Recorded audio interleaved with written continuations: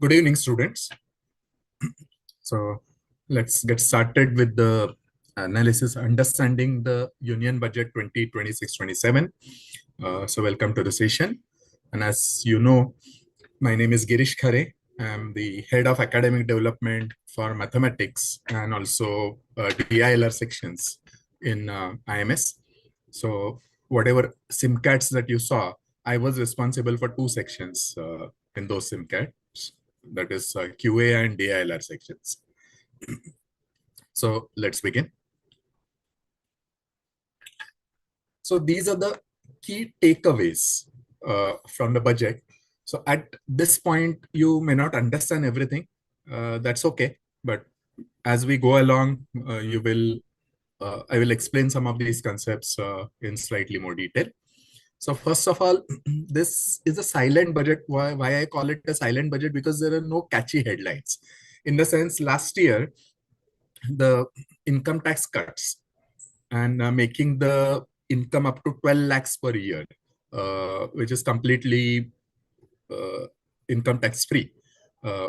Of course, with the so that was really a big catchy headline. So this year's budget does not have any of such catchy headlines. And as usual, there are some good proposals and some not so good proposals. So we'll discuss that. And one big plus that I can definitely see is fiscal deficit for the current year in the revised estimates is 4.4% of the GDP, and which is expected to be reduced to 4.3% in the next financial year.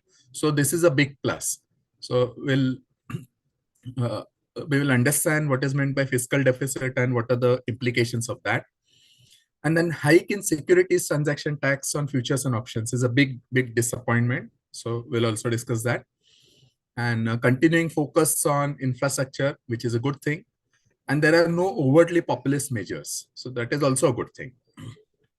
And then there are little more specifics than in the previous budgets. So what I mean by that is, actually I've been conducting similar sessions for last like 8-9 years. And initially there were number of specifics, in the sense highways from say point A to point B will be built, port facility will be strengthened in some particular port, and things like that, or say metros will be built in certain cities and things like that. Then later on, during last 3-4 years, what happened was all the specific details were not given in the budget speech itself. So the way it works is finance minister allocates certain amount for every ministry, and how that amount is to be spent. That is given or that decision is taken by that particular ministry. So all those specifics are not necessarily mentioned in the budget speech as such. But in this year's budget, there are slightly more specifics than in the previous year's budget. And then this year's theme was three Kartavyas. Kartavyas, that is duty in Hindi, Sanskrit, and Indian languages. And somehow, finance minister has some themes for the budget, every year's budget speech. So earlier she had Amrit, Kaal, that is the period from 2025 to 2047.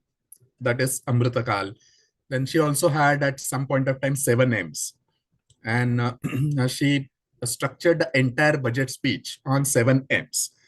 So one M was something like machli, that is fisheries. And then another M was manufacturing and things like that. So accordingly, this year's theme was three Kartavyas. So when this budget, as far as this budget is concerned, what are the expectations from you as a candidate for different B schools admission process? First of all, know some key proposals in the budget. This entire budget speech is fairly long, and there are many proposals. You may understand some proposals, you may not understand some proposals. That's okay. But have some understanding of at least some key proposals, which we will discuss. And then know why those proposals matter. So what is the economic significance of that? So if say fiscal deficit is expected to go down, so how is it good for the economy? And then have some view on different proposals. So if something is good or something is not so good, what could have been done better, and things like that. And then another point is no proposals about your, your sector and your state. For example, say if you are working in, say, IT industry, then what are the proposals for IT industry in the budget? Or say if you are from a particular state, say Tamil Nadu, then what are the proposals for Tamil Nadu? Or if you are from a particular city, say Jamnagar, so is there any proposal for Jamnagar in the budget? And so on and so forth. So these are the expectations from you. So don't get overwhelmed. There are like many proposals in the budget. You don't have to remember everything, but this is the expectation from you. So uh, before we begin, what I've done is I have documented the different important proposals across different types of areas. For example, what are the proposals for agriculture? What are the proposals for, say, IT? What are the proposals for infrastructure and things like that? Okay. So depending on your background, you can pick up the relevant details from them, and then you can take it forward from there. And then before we begin, this is the website indiabudget.gov.in. So we will refer to this website as we go along. And then whatever information you require about the budget, everything is given there, including finance minister's speech, and then a memorandum explaining provisions in the finance bill, then statement of fiscal policy, whatever it is. So everything is given right there. And here you will see something called economic survey. So the way it works is,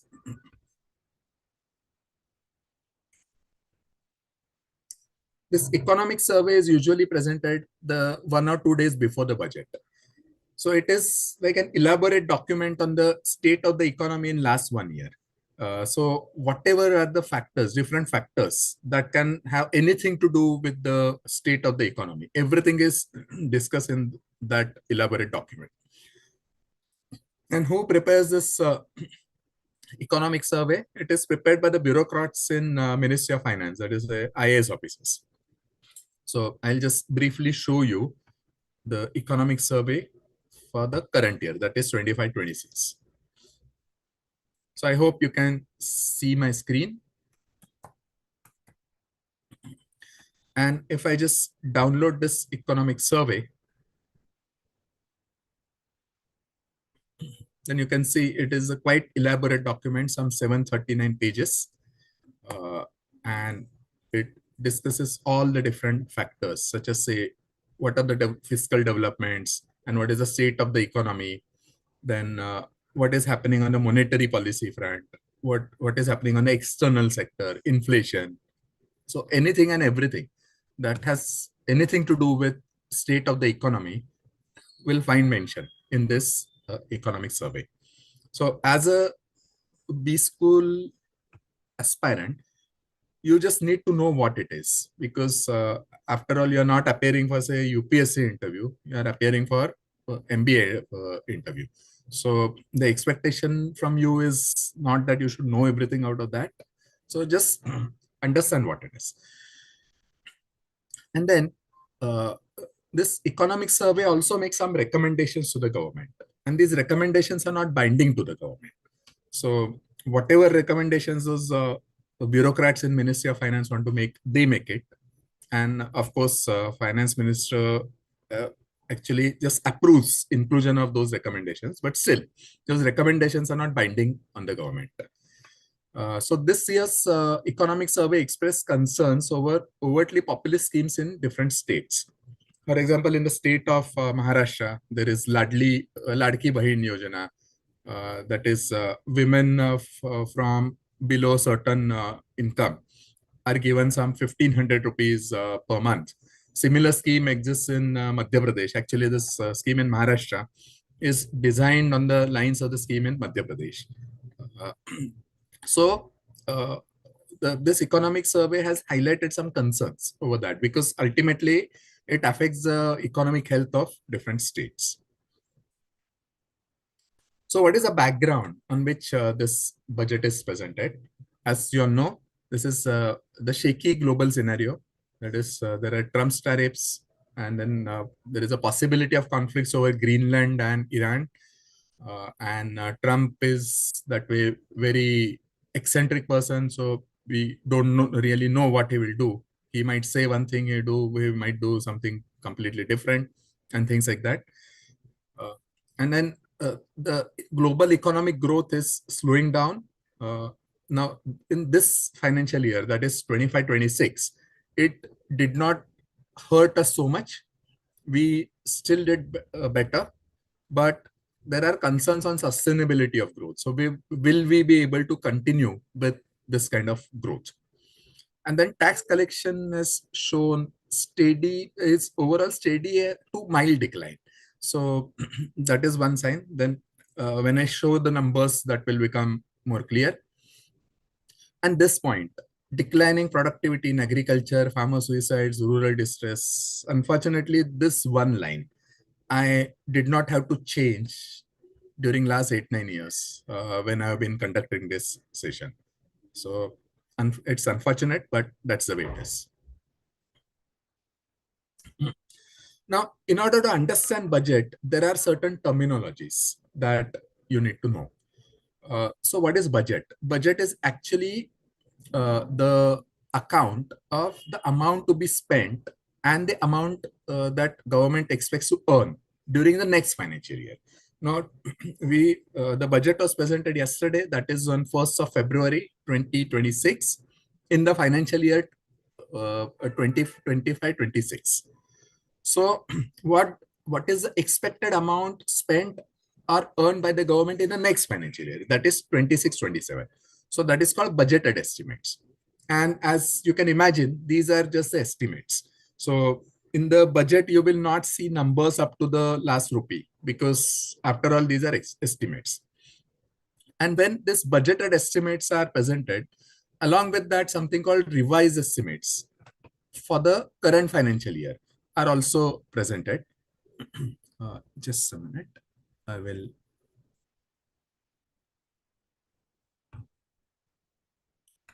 Yeah. So these revised estimates are also presented. So the way it works is, last year, the budget for current financial year was presented. That is on 1st of February last year, budget for this year, that is 2025-26 was presented. Now, as on 1st of February 2026, we have covered 10 months in the current financial year. So now we are in a better position to have some better estimates about the actual amount spent and the actual amount that is expected to be earned by the government in this financial year. So what was done yesterday when the budget was presented, along with the budget for the next financial year, that is the amount expected to be earned and spent in the next financial year, the revised estimates for this financial year were also presented. That is, after spending 10 months in this current financial year, how are the revised numbers, or how do they look like? So that is also presented along with the budget. And the actual numbers for current financial year, that is 2025-26, will be known only on 31st of March 26. That is on the last day of the financial year. So this cycle repeats every year. So in the budget presented yesterday, the budgeted estimates for the next year are presented. Now, when the budget is presented next year, that is on 1st of February 2027, the budgeted estimates for the next year, next to next year, that is 27-28 will be presented. And along with that, revised numbers for the 26-27 years are also presented. And this cycle repeats every year. So I hope this point is clear to you all. So one question coming in is, what is the difference between revised estimates and actuals? If revised estimates after 10 months. Still, because 2 more months are to go in the current financial year. So although we are in a better position to make an estimate about the actual amount earned and spent in the 10 months, on that basis, we are extrapolating for 12 months. So still, that projection may slightly go here and there. So because of that, revised estimate is not always exactly equal to the actual numbers.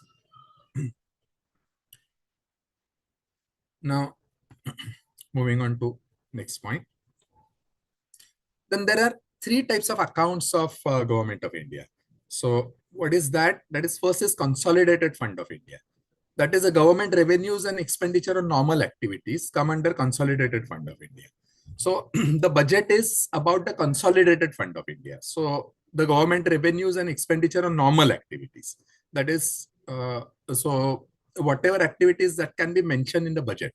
Now, for example, unfortunately, if there is any natural calamity in the country, so that obviously you cannot foresee, and you cannot mention that in the budget. So that will not be that will not come under the Consolidated Fund of India. It will not find mention in the budget. And parliamentary approval is needed for every single rupee that you want to spend out of Consolidated Fund of India. And as one example that I gave you some time back is that, suppose there is unfortunately there is any natural calamity, and then government has to spend some money, or say something like Operation Sindoor has to be done, and obviously some amount has to be spent for that. So does it mean that at the time of emergency like this, the government should go to parliament and seek approval for spending money first and then spend money? Thankfully, the answer is no. So the way it works is, in every year's budget, some amount is taken out and transferred to what is called Contingency Fund of India. So what is Contingency Fund of India? If there are any contingencies, or if there are any such emergencies like this, natural calamities or war or whatever, so that that amount can be used during those times. So that is called Contingency Fund of India. And the government does not have to take approval of the parliament for spending out of Contingency Fund of India, because the reason is, when the budget was passed by the parliament, some amount was transferred from the Consolidated Fund to Contingency Fund, and that time approval was already taken. So government does not have to take approval again for spending out of this Contingency Fund. And then there is something called Public Account of India. So that amount actually belongs to people. And at some point of time, that has to be returned to people.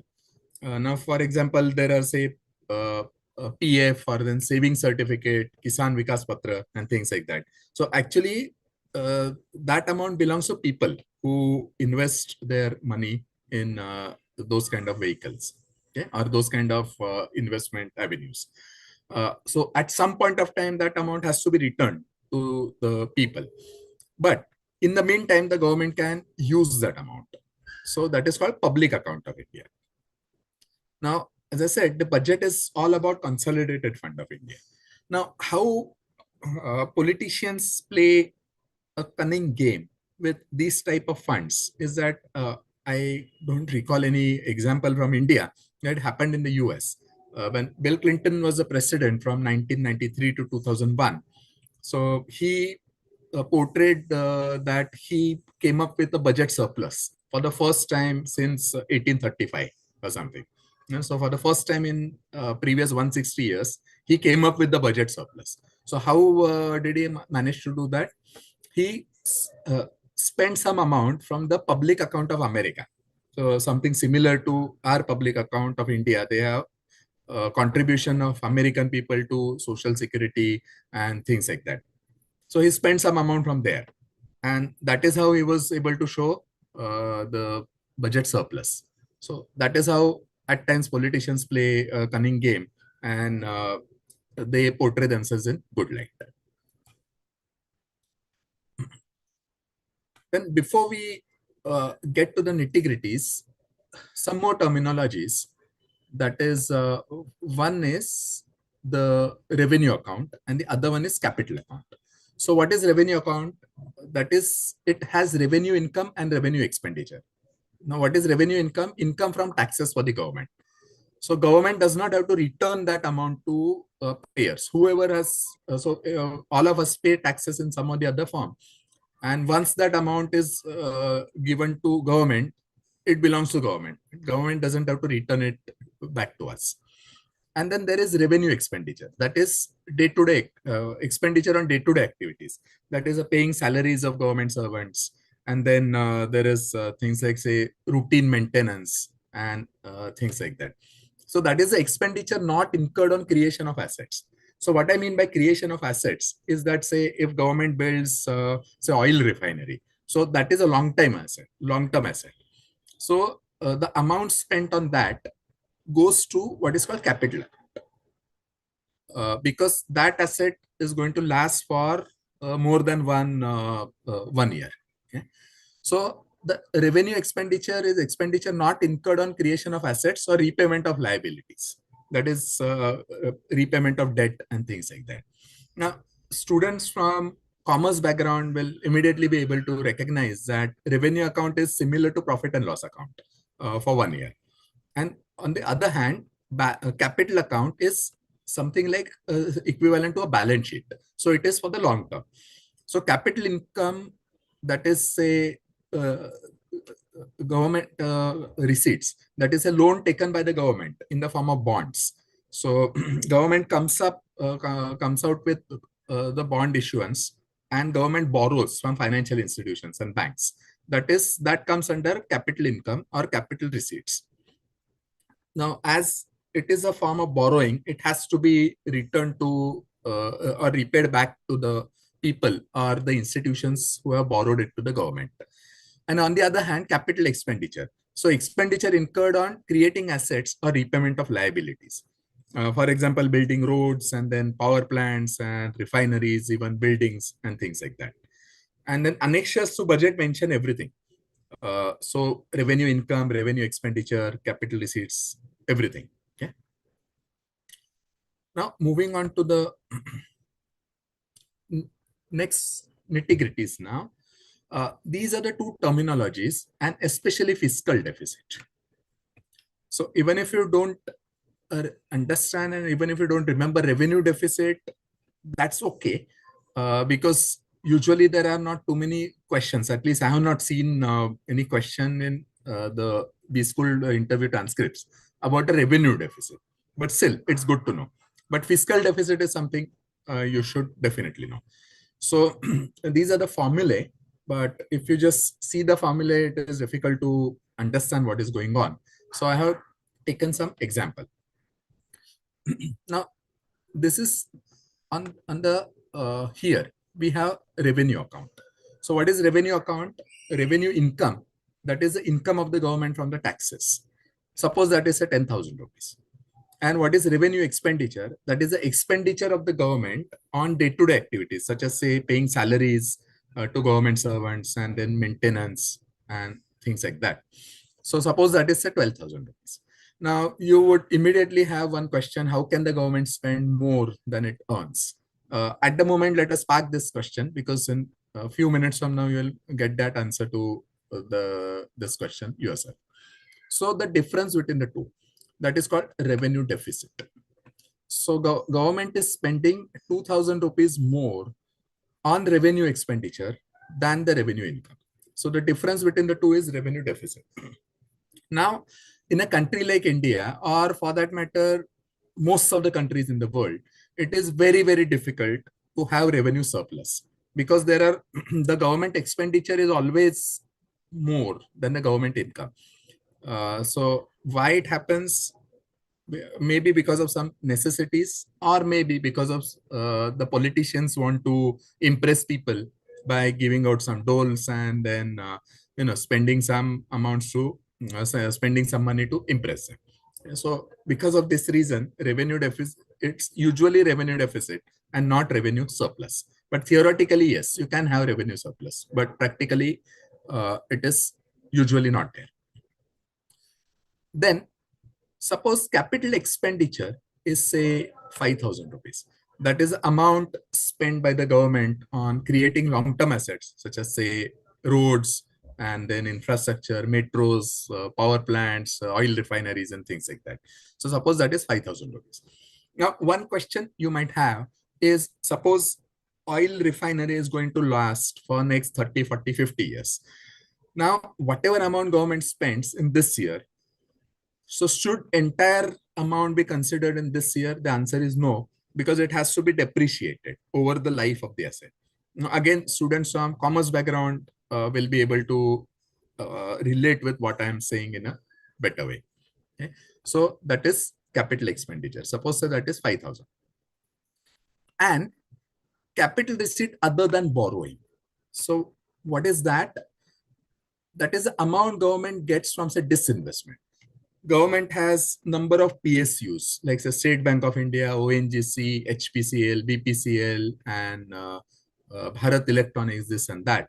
So if the government goes for disinvestment, that is government sells the shares of from that company and gets some amount for that. That is called disinvestment.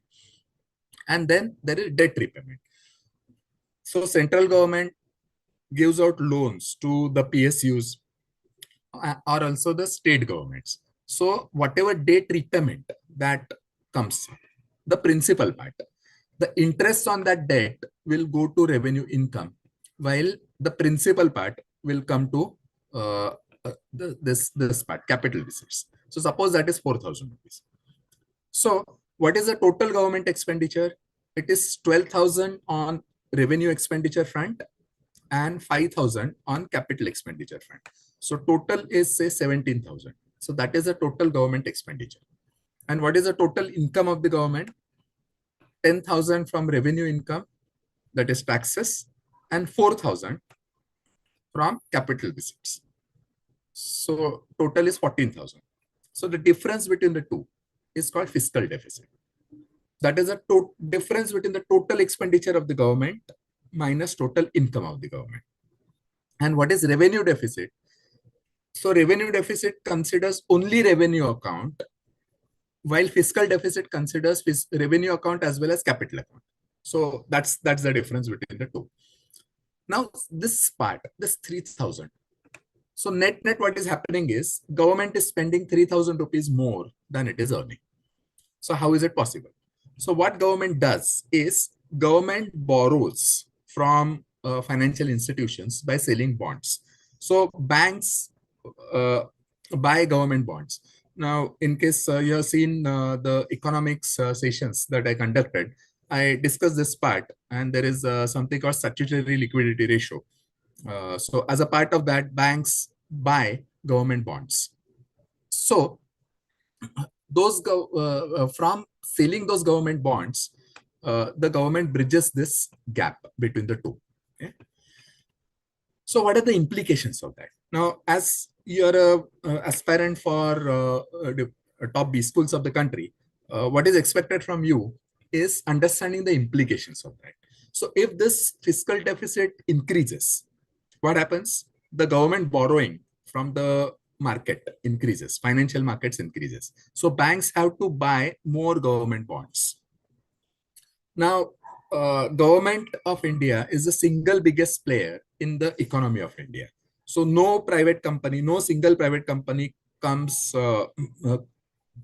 it has comparable size as the government of India, right? So what happens is when the government of India borrows from the banks and other financial institutions, what happens? Banks will have less money to borrow to other parties, such as say individuals like you and me, and also companies. So what happens? Apply the model of demand and supply. So there is less supply of money to give out loans for. Why? Because chunk of that has gone for government buying or the government bonds buying. As a result, what happens? The interest rates in the economy go down. The price of the loan go up. Sorry, interest rates go down. Okay. Interest rates go up. Okay, because supply is less and demand is high. That means price goes up. And what is the price of loan? That is interest rate. So interest rate increases. Okay, so higher interest rates has implications on everything in the economy. So we have discussed this point in the economic sessions. The recordings are available to you. I'll not want to repeat all those points here again. But in general, higher interest rates in the economy means the slower growth in the economy in general. Okay? So that is why high fiscal deficit is bad for the economy. Then, so I'll now show some numbers. Okay? So these numbers are available in the some of the PDF documents that you can see on the budget website that I showed you some time back, and I have taken the screenshot from the same. Okay? So I always say that devil lies in the details. So let's see these details, and this is only for your understanding, because if you understand some of these numbers, you're not expected to remember all these numbers. It's not required. But if you understand the economic logic behind that, then you will be in a better position to handle questions in the interview. Okay. So these are the revenue receipts of the government. And all these numbers are given. Actuals for 24-25, that is last year. The budgeted estimates, that is when the budget was presented last year on 1st of February 2025. What were the budgeted estimates? And then what are the revised estimates for this financial year? So as we discussed, when the budget is presented, the budgeted estimates for the next year are presented, as well as revised estimate for this year as presented. So the revised estimates for 25-26 are like this, and then budgeted estimates for next year. So these are the numbers on the next year's budget. So the total receipt of the government is expected to be something like 53 lakh 47,000 crores. Okay, out of which tax revenue to the government, and there is something called net to center. So I'll discuss that in just a moment from now. So that is 28 lakh 66,922 crores. So that is the amount estimated, the estimated tax revenue for the government. So I'll show something more first. So this table shows the receipts of the government. Now let's see some of the numbers. Corporate tax. What is the budgeted estimate for next year? 12 lakh 31,000 crores. And taxes on income, that is income tax from individuals like you and me, 14 lakh 66,000. Then customs duty, 2 lakh 71,000 crores. Tariff, that is tariff. And then GST, that is 10 lakh 19,000 crores. Now, you would immediately have one question that every year, the amount of GST collected, the numbers of that come out. And usually it is something like 1 lakh 70,000 crores or 1 lakh 65,000 crores and things like that every month. So if that be the case, then why is this GST collected 10 lakh 19,000? It should be much more than that, right? So what is going on? Now, this is the budget of the central government. So this 10 lakh 19,000 is the amount of GST government gets from the GST paid by the people. Now, as you all know, whenever you see any receipt, you will see that 50% of the GST goes to the central government and the 50% goes to the state government. Okay? So this is the collection of the central government. This 10 lakh 19,000 is a collection of the central government. Now here, I would like to draw your attention to the relative numbers. This 12 lakh 31,000 crores corporate tax and 14 lakh 66,000 crores is the income tax. So these numbers are slightly vary, or rather these two numbers are in the vicinity of each other by something like 15-20% and all. Okay, so as you see in the previous years also, this numbers that you see, for example, in 24-25, the actual, let me just change this pointer. Okay.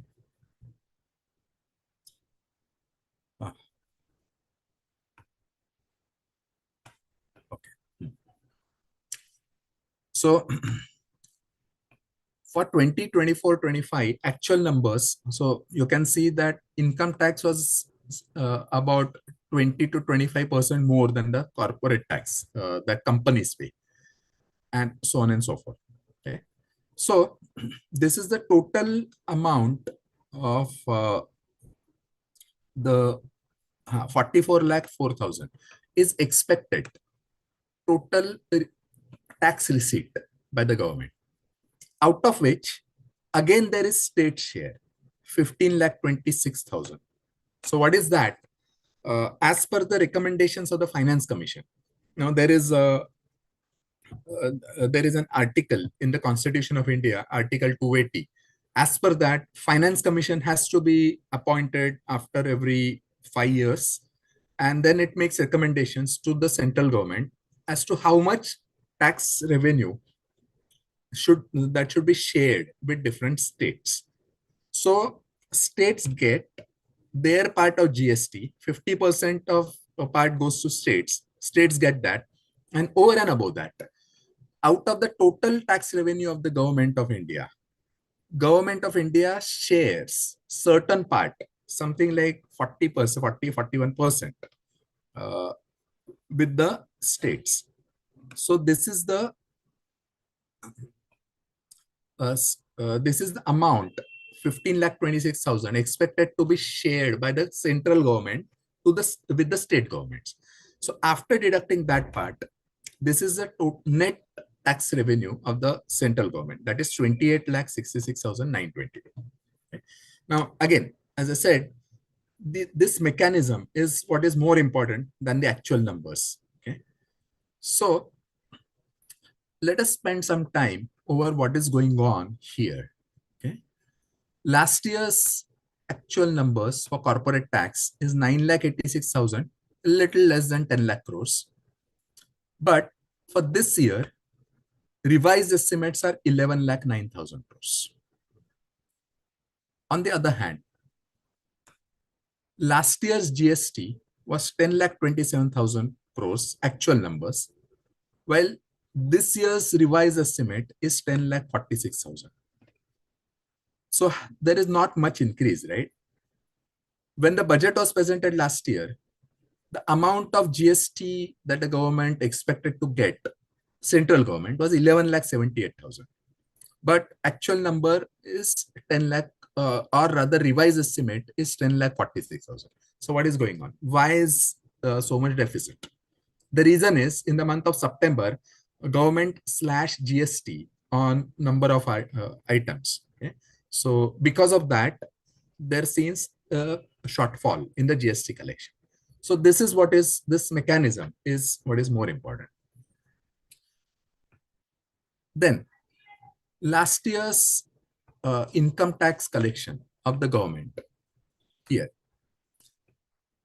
actual numbers 12 lakh 31,000 12 lakh 35,000 crores. When the budget was presented last year, estimates was 14 lakh 38,000 crores, but the revised estimate is 13 lakh 12,000 crores. So why is there a shortfall even here? Again, the reason is, of course, we don't have the actual numbers for the previous years here, but I have been performing this analysis year on year. And what I have found is that income tax collection of the government increases by about 10 to 12% every year. But when the budget was presented last year, now you can see 12 lakh, the expected jump was more than that, from 12 lakh 35,000 to 14 lakh 38,000 crores, something like something like 15-16%. Okay, so that was a too much optimistic picture the government presented in last year's when the budget was presented last year. In reality, that did not happen. Okay? So why does the government at times present a rosy picture like this? Because it is always better to present your good face in front of the world, and then portray that we are doing really well. Well, in reality, the reality may not always match with the the phase that you are presenting. Well, this is not to say that we are doing bad or something, but because of whatever reasons, that in order to look better in front of World Bank and IMF and things like that, government may want to present a better picture than or a more rosy picture. So that can be the reason. Okay. So this number 28,66,922 crores is, you will see right here, that number matches 28,66,922 crores. And then the non-tax revenue, that is 6,66,000 crores. So that is mainly the dividend and interest. So government has shareholding in the number of PSUs. Okay. So whatever the dividend those PSUs give to the shareholder, part of that comes to government because government holds shares in those PSUs. In addition to that, the interest on the government loans that have been given out to state governments and different PSUs. Okay. So this is how it is. And then 80,000 crores is the amount government expects to earn through the process of disinvestment. Again, all these are estimates. The actual numbers will definitely vary from this. So last year, the disinvestment when the budget was presented, government expected disinvestment of 47,000 crores. But revised estimates are less than that, 33,000 crores. Why? Because probably the share market market sentiment was not all that good, and the government did not really make that much money out of disinvestment, or the disinvestment process in some companies got delayed, so everything could not be completed in the financial year. Okay, so that could be the reason.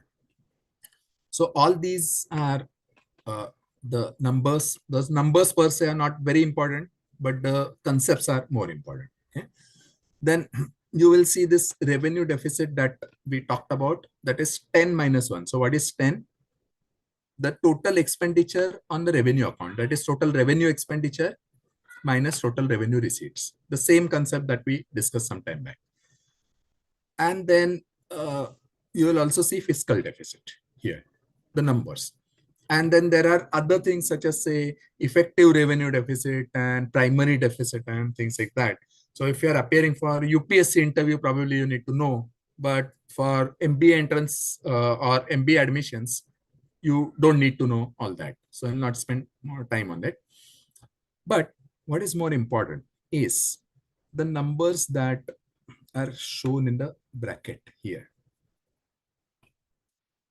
So 4.4. So that is a revised estimate is of fiscal deficit is 4.4%. Now 4.4% of what? The total GDP of the country. So the fiscal deficit of the country or the central government is expected to be revised estimate is 4.4% of the GDP this year. Next year, it is expected to go down to 4.3%, which is if that happens, that is a good thing. Now you will see that the fiscal deficit is expected to go up from 15,58,000 to 16,95,000. Okay. So how will the percent as a percent of GDP going down? Because the reason is GDP will also increase. So denominator will also increase in the next financial year. And because of that, it is expected to go down. Okay. So this is what it is. And then there is part A of the budget speech, that is expenditure proposals, and part B of the budget speech, that is the income proposals from the point of view of government, that is taxes. So with this information, we will start with the proposals, different proposals in the budget. Now, as I said some time back, from your side, what you need to know is depending on so know some of the key provisions. So 4.3% fiscal deficit, that is one important number that you should know. And then some of the key proposals of the budget on which you can talk about. Now, there are many provisions in the budget on which you cannot get into a meaningful discussion with the panelists. For example, there is a provision that in every district, in STEM institute, that is science, technology, and science, technology, engineering, and mathematics institutes, in every district, in one institute, girls' hostel will be built. Now, the reason is because this STEM institute, that is science, technology, and engineering, lab work is also involved. And so if girl students can stay on campus in hostels, then they can work till late in the night if they want to, without having to worry about their safety and things like that.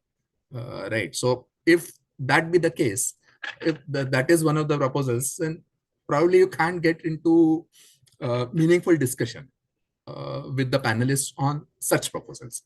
So I've included them for the sake of completion. But when it comes to discussing something with the panelist, I'll tell you what exact proposals that you can discuss with the panelist. Okay. And in addition to that, you should also know if there are any specific provisions for your state, for your city, or the overall field that you work with. Or if you are from, say, agricultural family, what are the provisions for agriculture and things like that. Okay. So these are the proposals for the infrastructure. That is total allocation of 12.2 lakh crores. So you can compare the numbers in the budget. So all those all the screenshots I have taken are from the budget website. So you can see those numbers yourself. And then accordingly, you can compare 12.2 lakh crores on infrastructure. And that number will match with here. The total government expenditure on capital account, 12.2 lakh crores, 12,21,821 crores. And what is the total income of the government, including the tax revenue as well as non-tax revenue?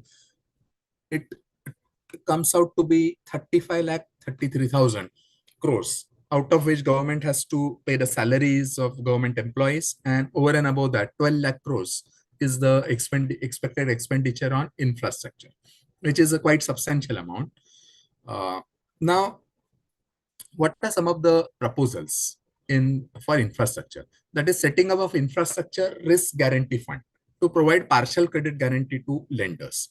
Now, what happens is that if there are companies working in the infrastructure space through what is called PPP model or public-private partnership model.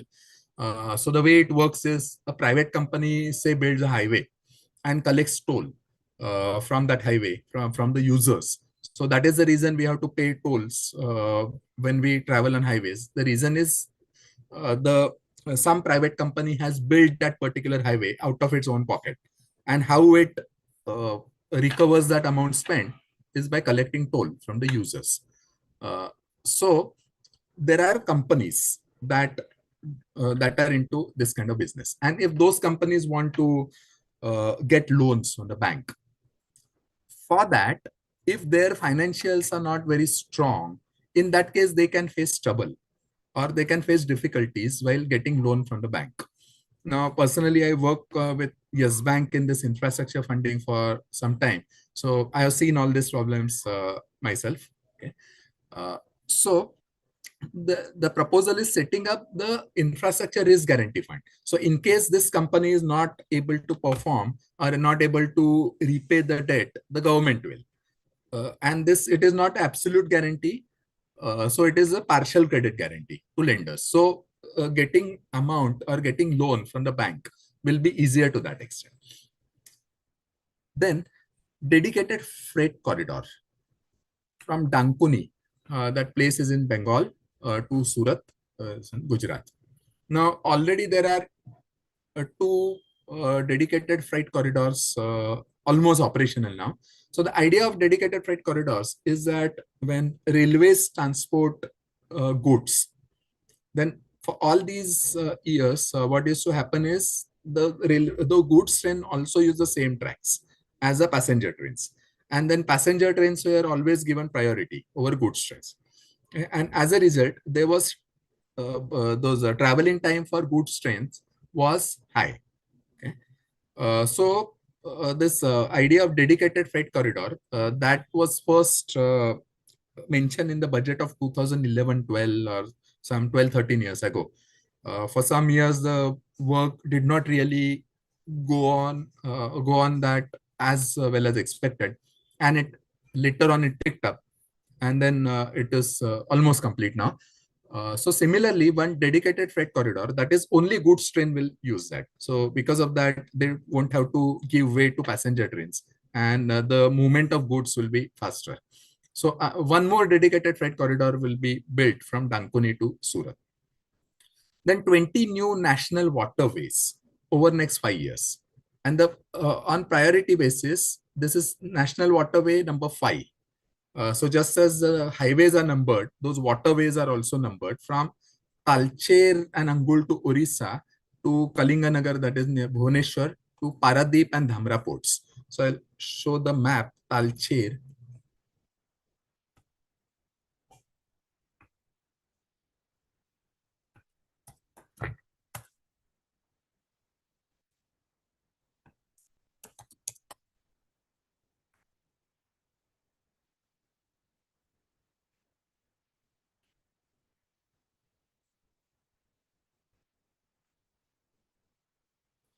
So this Talcher is somewhere here, and there is one river. What is the name of that river? Brahmani River. So that river passes nearby. So this dedicated waterway. So the idea is that those movement of through ships will happen through this river, and ultimately that those goods will be transferred to Paradip ports and Dhamra ports. And then aim is to increase the goods transport from 6% to 12% by 2047. So it's still a long time to go. But to double the percentage of goods transport using waterways. Otherwise, most of the goods are transported using railways and roadways. Okay. And then training institutes to be set up along the waterway to make the trained professionals available. Then ship repair ecosystem in Patna and Varanasi for these waterways. So obviously you will need ships to go through those rivers. So for that ship repair ecosystem in Patna and Varanasi. So in case you are from Patna or Varanasi, you can talk about this point, that this is a point related to my city in the budget.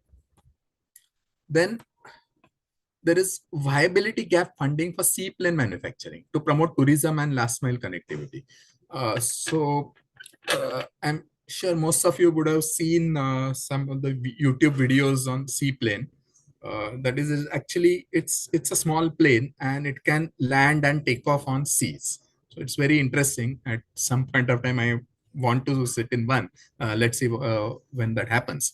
But there is something called viability gap funding.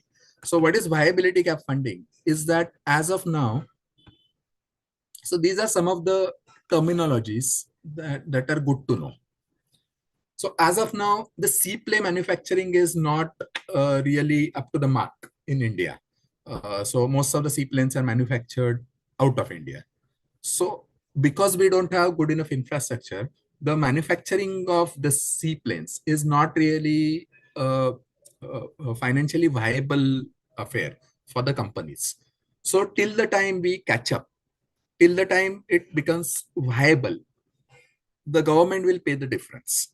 So that means if you spend say 100 rupees on making a seaplane, but the price that you can get by selling it is only 80 rupees, the government will pay the difference of 20 rupees. So that way, that is called viability gap funding. Now, the reason is to promote this industry, seaplane manufacturing industry in the country. Now, the focus is on developing infrastructure in tier 2 and tier 3 cities. So now tier 1 cities, all the big cities now have either already a functioning metros or metro construction is going on, and it will be completed in next 2-3 years time. But this tier 2 and tier 3 cities, a lot of them uh, don't have good enough infrastructure in terms of roads and things like that. So focus will be on developing infrastructure there. Now, this high-speed rail corridors. So in case you are from any of these cities, definitely you can talk about it. So what is high-speed rail corridors is those bullet trains. So as you all know, one bullet train is getting built between Mumbai and Ahmedabad, and that work should be over in next couple of years.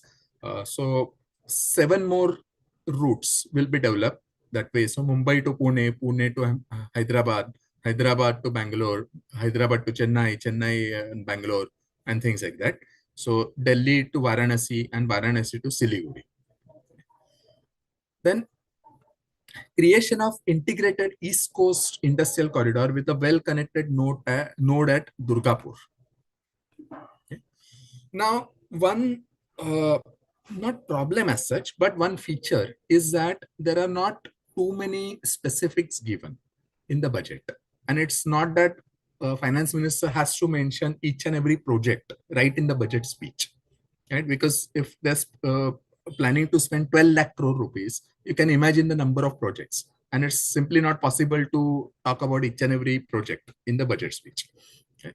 So the way it works is the finance minister has highlighted some of these projects, but does it mean entire amount will be spent on these projects? The answer is no. Over and above that, some amount will remain.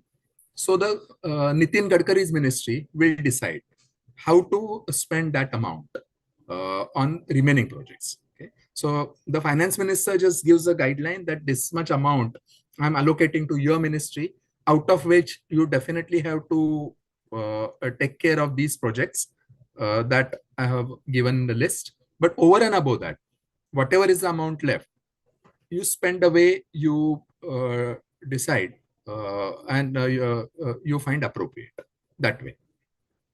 So over the years, this government in last 12 years definitely has laid a lot of emphasis on infrastructure. So which is a plus. Okay? Now, once John Kennedy was a president of US, made a statement. He said that US is not US does not have good roads because we are a developed country. It's the other way around. Now, because we have good roads, we are a developed country. So having good infrastructure in terms of roads and connectivity cannot be overemphasized. That is for sure. That is definitely a plus. But one concern that we all should have is about the quality and environmental concerns. Now, what about quality? Because once in a while we get news that some road caved in, and it happened even in Ayodhya that Ram Path or Ram Rajya Path, one of those supats that was newly built, caved in one rain. Now, of course, it's not that I don't mean to say that entire infrastructure is getting built that is of poor quality. Only the uh, problem areas are getting highlighted in the press. That doesn't mean everything is bad, but whatever. Why should even one road cave in? So the emphasis should be maintained on quality, definitely, and environmental concerns. So by going in for development of infrastructure, are we taking concerns of environment seriously? Probably not, and that is one definitely a bad thing. Okay, so at somewhere we have to strike a balance. So even in Mumbai, those Dharavi slum is getting there would be there would be complete renovation of that part, and Dharavi slums will be relocated on those marshland near Mulund and Bhandup and those areas. So what will happen in case of heavy rains? Where will that water go?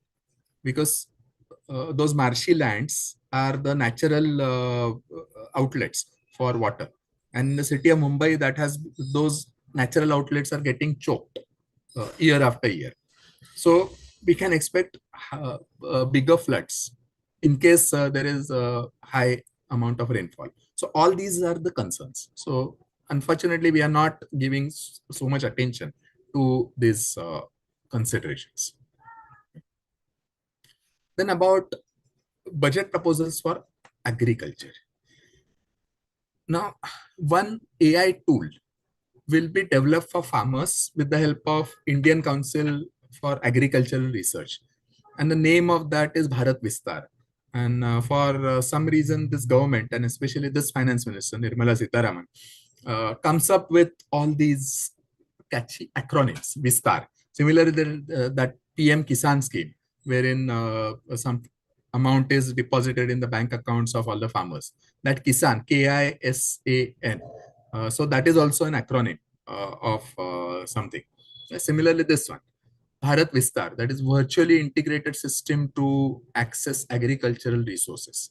So that will be an AI tool for farmers that will help the farmers for crops and things like that. Then partnership with state governments on promoting sandalwood cultivation, and similar programs for coconut, cashew, and cocoa. Then fisheries, the development of 500 reservoirs, and the government has named them as Amrit Sarovars. So for fisheries, and programs for strengthening fishing value chain. Now, in one of the earlier years budget, there was a mention of developing cold storage facilities for fishes, so that whatever fishes are caught from those areas can last longer. So that was one specific point mentioned in one of the earlier years budget. But again, this year there is no specific like this. And then animal husbandry. So there is some subsidy program for developing animal husbandry. So total allocation 1,62,671 crores. The numbers are not very important. Yeah. Again, if you are from agricultural family, if you are from rural background, maybe 1 or 2 points you can talk about. Or if you are from a place like say Mysore, where there is significant amount of sandalwood, that is the area known for sandalwood. So you can talk about it. And then this is one mention of AI in this budget. And there is one more mention of artificial intelligence, which we will get to in just a moment from now. So if there is a question on what is the mention of AI in this year's budget, so you can talk about this particular point. Then budget proposals for financial sector. Why I'm not able to move this? Okay. So one high-level committee on banking for Vikasit Bharat will be formed. And then what are the terms and conditions? What is that committee expected to study? All those details are not given. But something related to banking, that committee will be formed. And in the days to come, the Ministry of Finance will appoint one committee, and we will not get to know what happens to that committee. We will realize, or we will get to know only after the committee submits its report, and that time it will come into the news. Till then, I don't think there will be any mention of this committee. And then the restructuring of PFC and REC, that is Power Finance Corporation and Rural Electrification Corporation. So this is the for related to electricity or the power sector. So in case you are working with power sector, you can talk about it. But unfortunately, there is only a mention of restructuring of PFC and REC. But what do they mean by restructuring? Unfortunately, that detail is not there in the budget speech. So there are not a great chance of getting into a meaningful conversation with the panelists on this.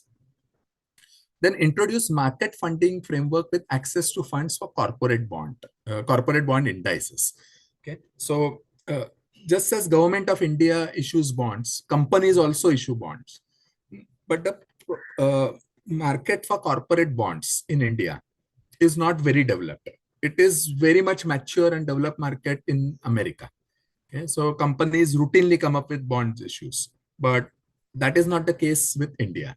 So introducing market making framework. So what is market making? That is making this market more mature and enable the companies to come up with bond issues and also develop markets in the form of buyers who will buy those bonds. Then another point, incentive of 100 crores to municipal corporations of big cities. Now, what is meant by big cities? Definitely 4 metros will be there, maybe in city like Bangalore, Hyderabad, all those cities. for issuing bonds of 1,000 crores and above. Now, just as Government of India issues bonds and uh, earns or rather takes loan from the investors, on similar lines, municipal corporations of the country can also do that and should also do that. And government is encouraging the municipal corporations to issue bonds by giving a incentive. So possibly it's not a big deal for a municipal corporation of a city like Mumbai to issue bonds of more than 1,000 crores. So for that case, the central government will give incentive of 100 crores to that city municipal corporation. Now, this one point is interesting, that individual NRI can buy up to 10% stake in a listed company. That is, whatever are the listed company, if individual NRI, one NRI, wants to buy stake, of course, that person needs to be a rich person, because otherwise you can't buy, say, 10% shares in a particular company, in a single company, right? So only very rich people can do that. But as of now, the limit is 5%. That will be hiked to 10%. And the total individual NRI holding is capped at 24%. So earlier it was 10%. So more participation in the Indian markets from NRIs is getting welcome. Now, as a side note, this is one point I read in the biography, autobiography written by Pranab Mukherjee. I forgot the name of the autobiography that former President Pranab Mukherjee wrote. It was in 3 volumes. So in the first volume, he talked about this particular issue. So when Pranab Mukherjee was a finance minister in 1982, he introduced this proposal for the first time, that individual NRIs can buy the shares of companies. Now, that time there was no specification of upper limit. Now there is a specification that not more than 10% can be bought by a single person. Okay. That time there was no such cap, because perhaps he did not realize that anyone can buy more than 10%. So there was one very savvy NRI named Swaraj Paul, who recently passed away, I think about 6 months ago, was based out of London, a very rich person, very rich businessman. So he bought significant number of shares in DCM, that is Delhi Cotton Mill, that is the name of the company. And now that company is known as DCM Shriram, and Escort Motors.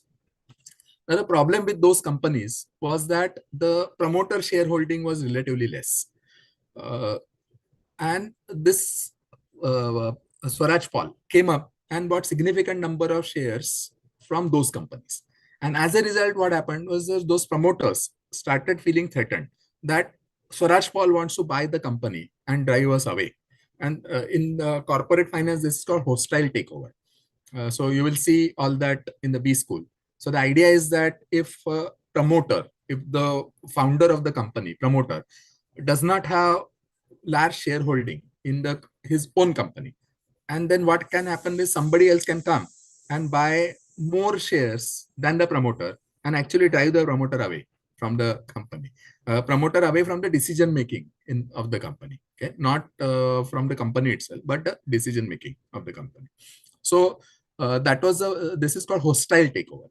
So the promoters of DCM, that is that Shriram group, and also the promoters of Escort Motors, that is Nanda family. So they started feeling threatened, and the matter went to court, and later on it was settled.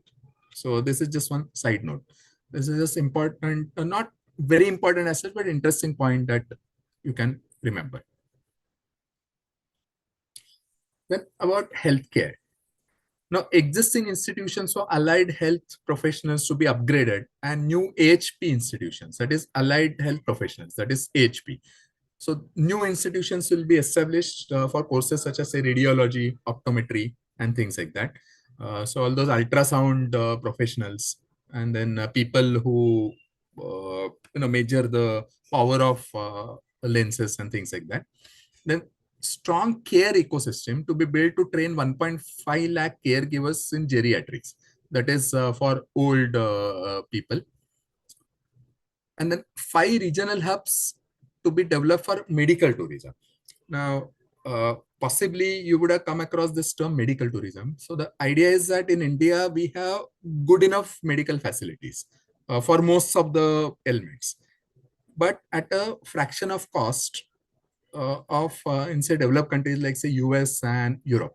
So many times what happens is that those patients from America and Europe and other countries come to India because they can get equal quality healthcare but at a fraction of cost.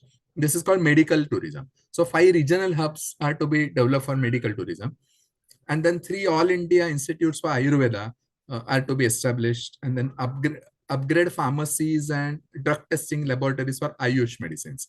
So Ayush is say Ayurveda and Unani and whatever. So basically traditional Indian medicines to make more skilled professionals available, and then upgrade WHO traditional medical center in Jamnagar. So in case you are from Jamnagar, you can talk about it. And then there is something called Artificial Limbs Manufacturing Corporation of India. So disabled people require those artificial limbs, and there is a company that manufactures those artificial limbs, that is Artificial Limb Manufacturing Corporation of India. So to scale the production of artificial limbs and assistive devices uh, and invest in R&D of that company, and then strengthen PM Divyansh Kendras and setting up assistive technology marts where assistive products, so whatever assistive products, maybe walker or crutches and things like that, can be bought by those who require them. And one important point, National Institute of Mental Health and Neurosciences, that is Nimhans. So as of now, there is only one Nimhans in the country in Bangalore. So the second Nimhans will be set up in North India. So which city in North India, the proposal is, there is no mention of that. So maybe somewhere in the North India, we don't know. But if you're from psychology background, you can highlight this particular point in the interview. Then upgrade national mental health institutes in Ranchi and Tizpur. So these are the 2 points for students on psychology background. And total allocation is some 1 lakh 4,599 lakh crores. Not very important. That number is not very important. Then there are a lot of proposals for tourism, and you can talk about. That is a creation of 5 tourism centers in Purvodaya states, that is say states in the east and northeast, with provision of 4,000 e-buses for transporting the tourists, and then development of Buddhist circuits in northeastern states of Arunachal Pradesh, Sikkim, Assam, Manipur, Mizoram, and Tripura. So the idea is that Buddhism is practiced in different parts of North India more than it is practiced in other parts of the country.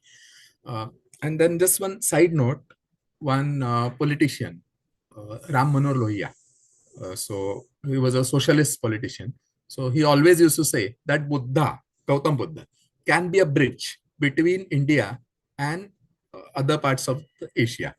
Because as you all know, countries like Thailand, Vietnam, and those countries in the Southeast Asia, uh, to a large extent follow Buddhism.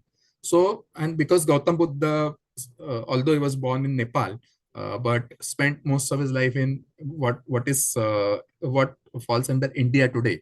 Okay. So, Gautam Buddha can be a bridge between India and other parts of Asia. So, this can be one important development in that direction. Then upgrade National Council of Hotel Management and Catering Technology to National Institute of Hospitality. Well, I think a couple of years ago, I had interviewed some students from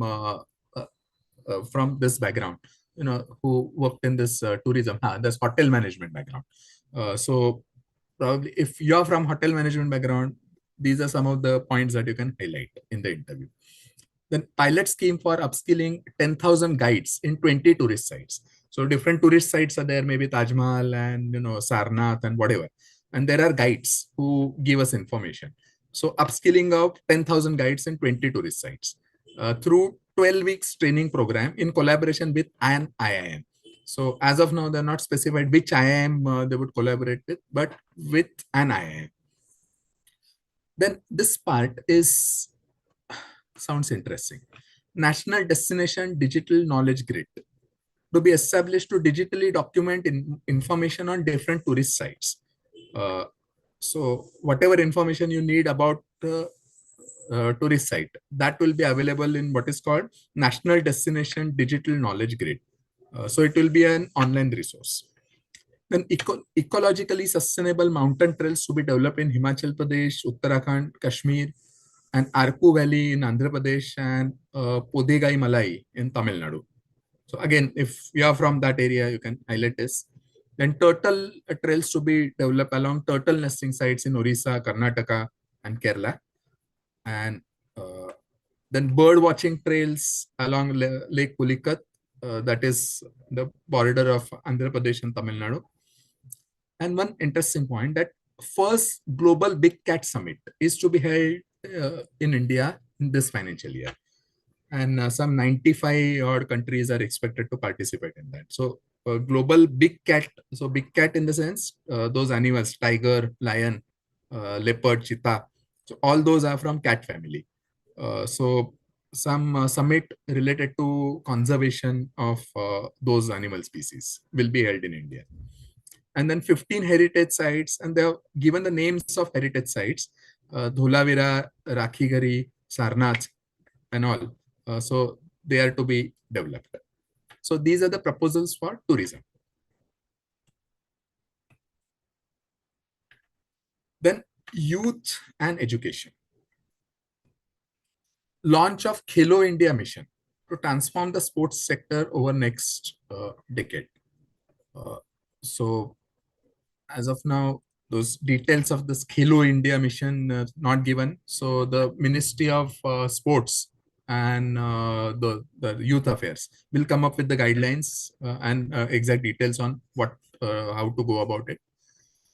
Then Education to Employment and Enterprise Standing Committee to be set up to evaluate the impact of emerging technologies, including AI.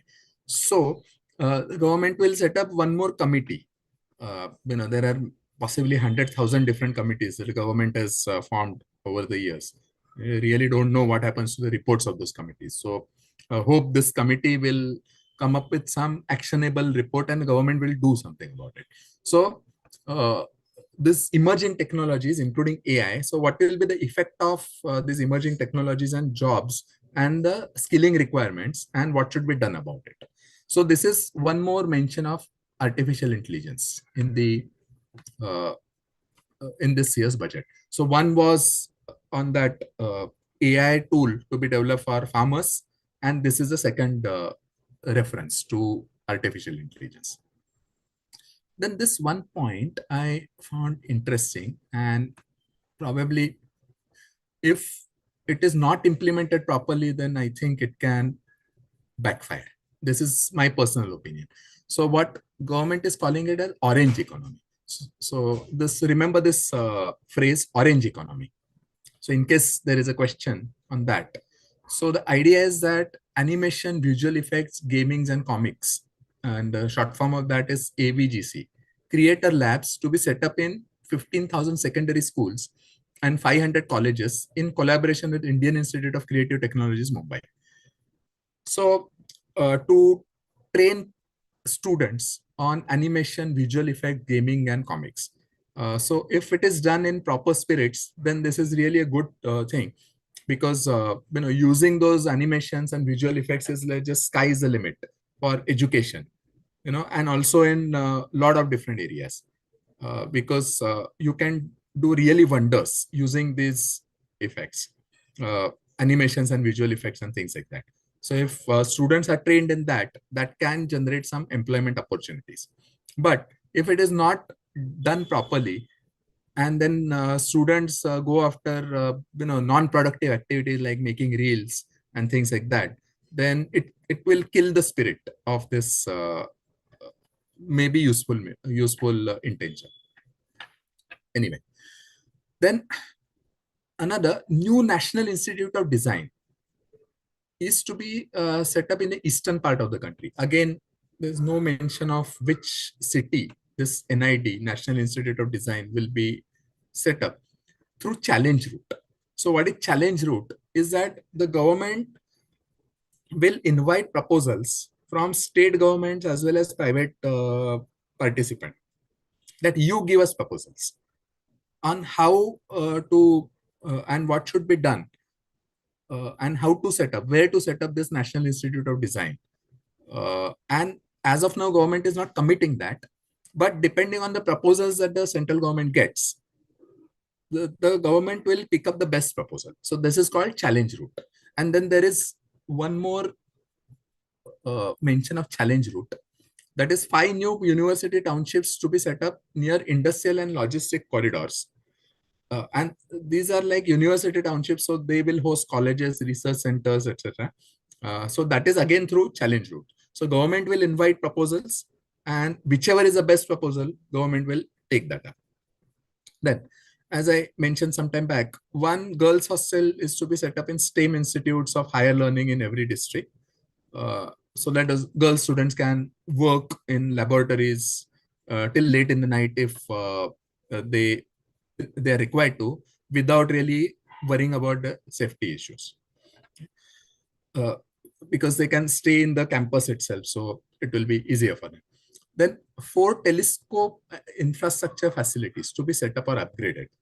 Now, I'm not too much into astronomy as such. That is not the area of my liking, but I understand that some students are interested in astronomy. So this is one point you may want to highlight in the interview if required, that 4 telescope infrastructure facilities to be set up or upgraded, and that National Large Solar Telescope and National Large Optical Infrared Telescope, Himalayan Chandra Telescope, and Cosmos 2 Planetarium. I don't know what is meant by that, but in case you are interested, you can talk about it. Now, this IT. This is where some of the interesting proposals that you can see in this year's budget. Okay. So, there is one term that is called safe harboring for transfer pricing. Okay. So what is transfer pricing is that if there are, say, related companies. Now, for example, let's take example of, say, Oracle International. So that company is based out of US, and it has a subsidiary in India, that is Oracle Financial Services. Now, if OFSS, that is Oracle Financial Services India, needs to acquire something from its parent company based out of US, right? Maybe some license for some software or whatever it could be, then it is a related party transaction happening in the umbrella of the same larger company. Okay? Still, OFSS India will pay some amount to its parent company, because ultimately, though those companies are those 2 companies are related, still they are different companies. Okay, so OFSS India will pay some amount to acquire that license from the parent company, Oracle Corporation. So the pricing that is applicable for such kind of transaction is called transfer pricing. Now, why is it important? See, what happens is this many times whenever this transfer pricing is involved, many times that goes to dispute with tax authorities. Why? Because tax authorities claim that you have manipulated the pricing that you are paying to parent company, so that you can minimize your tax requirement. In a way, you are just trying to evade tax through this transfer pricing mechanism. So that's the whole idea. Okay? And many times this transfer pricing, because of transfer pricing, the tax returns filed by companies go for dispute with tax authorities. So there is a term that is called safe harboring. So what is safe harboring? If this IT company based out of India, earlier limit was 300 crores, turnover of 300 crores. So if a company working in IT space up to turnover of 300 crores claims some transfer pricing, then the tax authorities will not ask any question on that. The tax authorities will just accept whatever price that this company based out of India has mentioned in its balance sheet or other financial statements as the final, and they will not dispute it. So earlier that amount of turnover was up to 300 crores, and now it is getting hiked to 2000 crores. So because of that, many more IT companies will be able to benefit through this safe harboring and without getting into unnecessary headache with tax authorities. So that is called safe harboring. And then the safe harboring through rule-based process without any human interaction. So to the extent possible, they will remove the human interaction and everything will happen through a rule-based process. And then there is another concept that is called advanced pricing agreement with Indian tax authorities. So the idea is that suppose Oracle India wants to buy something from Oracle parent company based out of America. Okay. And again, this is a transfer pricing mechanism. Okay. So what Oracle India can do is to get into an agreement with Indian tax authorities, saying that this is how we will pay to our parent company. Okay. And this is a mechanism. These are the factors on which we will we will decide how much amount we want to pay to our parent company. So that is called advanced pricing agreement. So for all these years, this advanced pricing agreement, that concluding that agreement takes a long time. Okay. So what is being committed is that this work will be concluded in 2 years. And if there is any extension demanded from the Indian IT company, maybe another 6 months extension will be granted if at all required. But this work of advanced pricing agreement with Indian tax authorities will be done in a time-bound manner. So what is the use of that is, say Oracle India gets into advanced pricing agreement with Indian tax authorities, as long as that agreement, whatever are the points mentioned in that agreement, if transfer pricing is done using those points, Indian authorities will not question that and will not get into dispute with Oracle India. So that's the whole idea of advanced pricing agreement. Then this point is important. That is, foreign companies that provide IT cloud services to global clients through data centers in India to get tax holiday up to 2047. That means they don't have to pay any tax whatsoever. So what is the requirement? First of all, if it is a foreign company, it needs to have a subsidiary in India. And through that subsidiary, it should provide IT cloud services to Indian clients through Indian reseller entity, that is Indian subsidiary. And moreover, that data center should be based out of India. So if a foreign company establishes a data center in India and provides services to global clients, but when it comes to providing those cloud services to Indian clients, that should happen through Indian reseller entity. If these requirements are fulfilled, those foreign companies will not have to pay any tax whatsoever for next 21 years, up to 2047, that is 100 years of Indian independence. And then there are some provisions on minimum alternate tax, that is, say, paragraph 135, 142, and 143 of the budget speech. So that budget speech is available on the website of that India budget. And it is not relevant from the point of view of most of the students. If at all there are any questions, if at all, that too. I don't expect even CS students will be asked questions on this minimum alternate tax and what is the provision for that for companies. But if at all there are any questions, only chartered accountant students, of course, they know what minimum alternate tax is, and they can refer to this paragraphs 135, 142, and 143, and then elaborate if at all there are any questions based on that.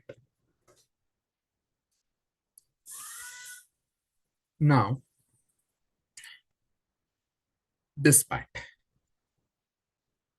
taxation, that is part B of the budget speech. Okay. Now, one point is that new IT Act will come into effect from 1st of April 2026, and the forms will be made available very soon on filing the tax returns under this new Income Tax Act. And then there is no change in the IT rates for individuals and also companies. Okay. For individuals, we can probably understand because last year there were significant changes in the tax structure. So immediately next year, some more changes may not have been possible on it. So whatever speculation those newspapers were making, but still, it was less likely, and because a lot of changes happened just last year. Okay. Then now you would have observed one point over last 5-6 years is that whatever tax changes that have been made were made only in the new regime, a new tax regime. So what is the idea of new tax regime? Is that except for standard deduction, don't get any tax exemption or tax deductions, okay? But have slightly more accommodative tax slabs. Okay?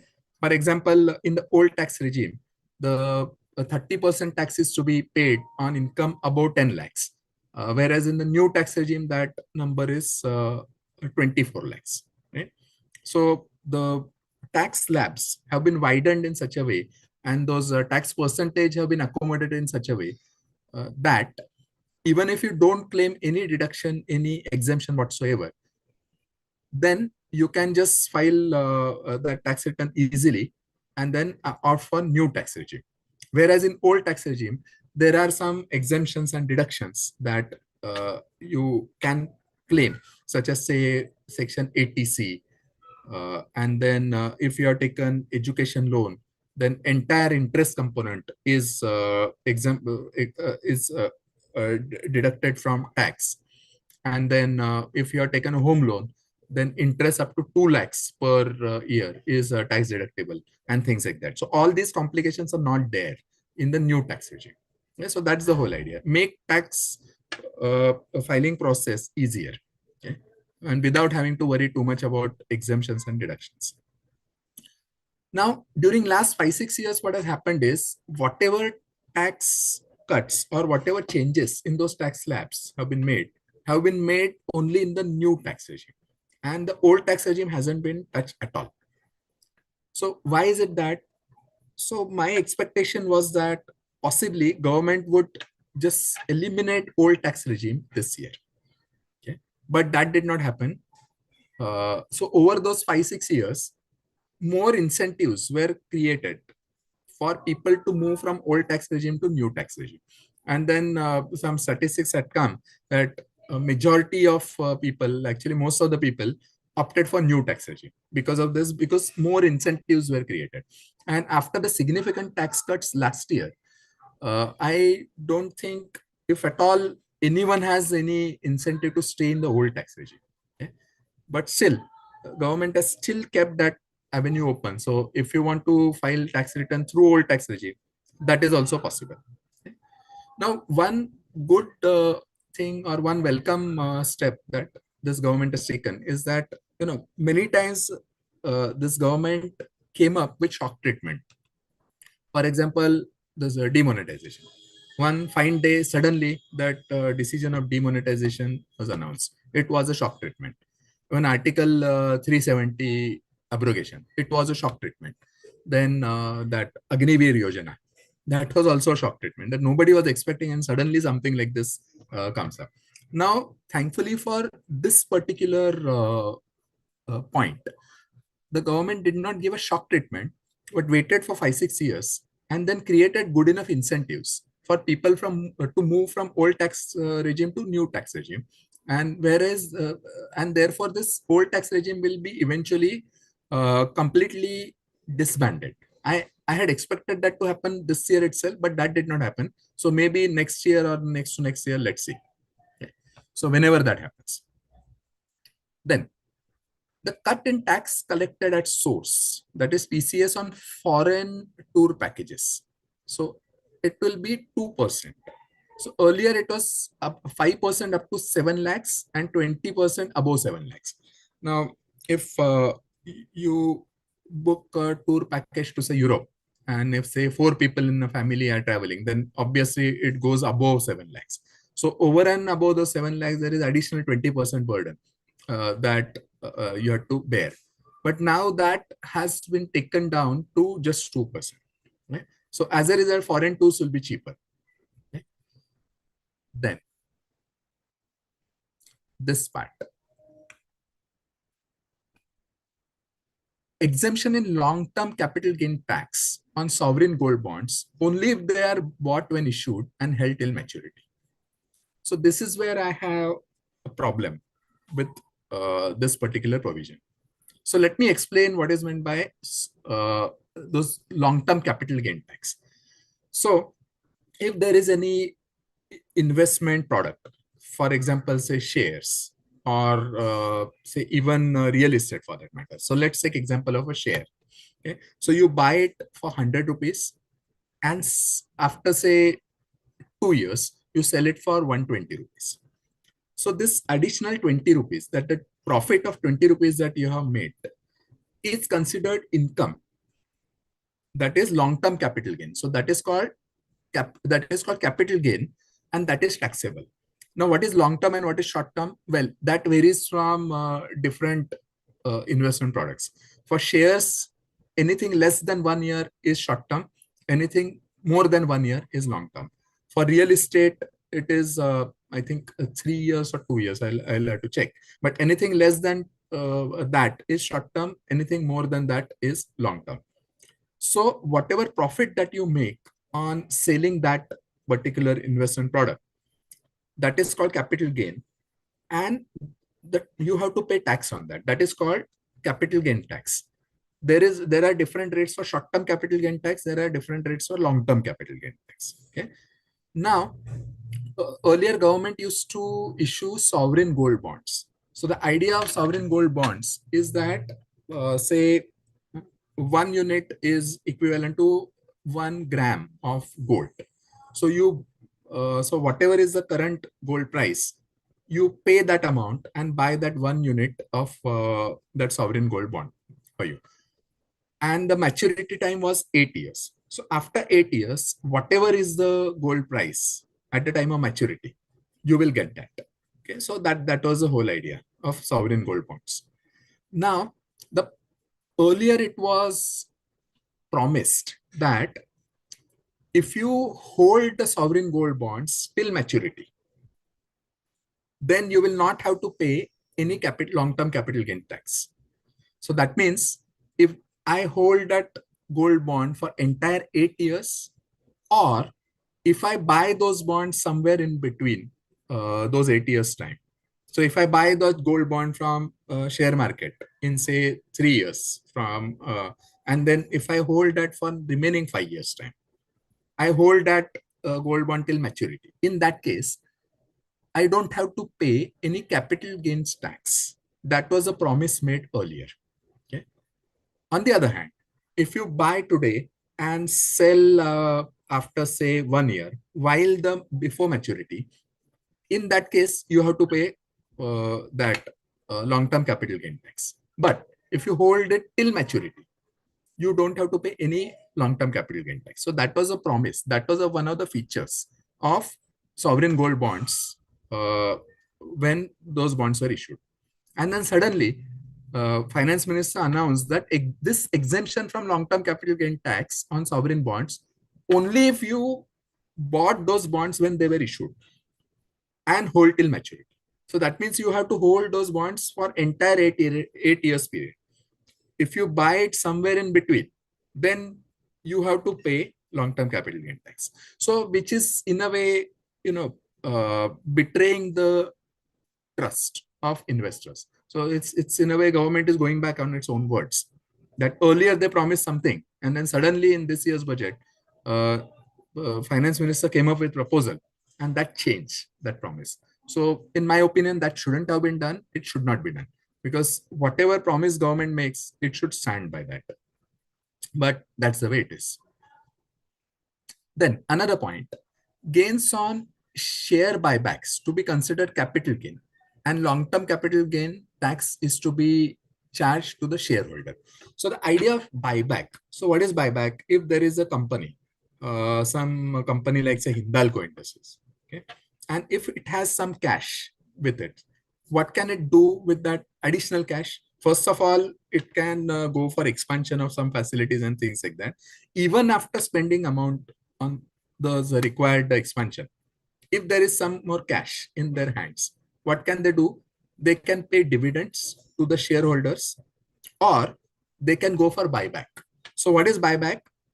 The company can announce to shareholders that we will pay some 10% higher price than that prevailing in the market, 10% or whatever, 5%, whatever is that premium, that we will pay higher price than the current market price, and then return those shares to us. And in against that, we will pay you 5 or 10 or whatever percent more than the current market price. So that is called buyback.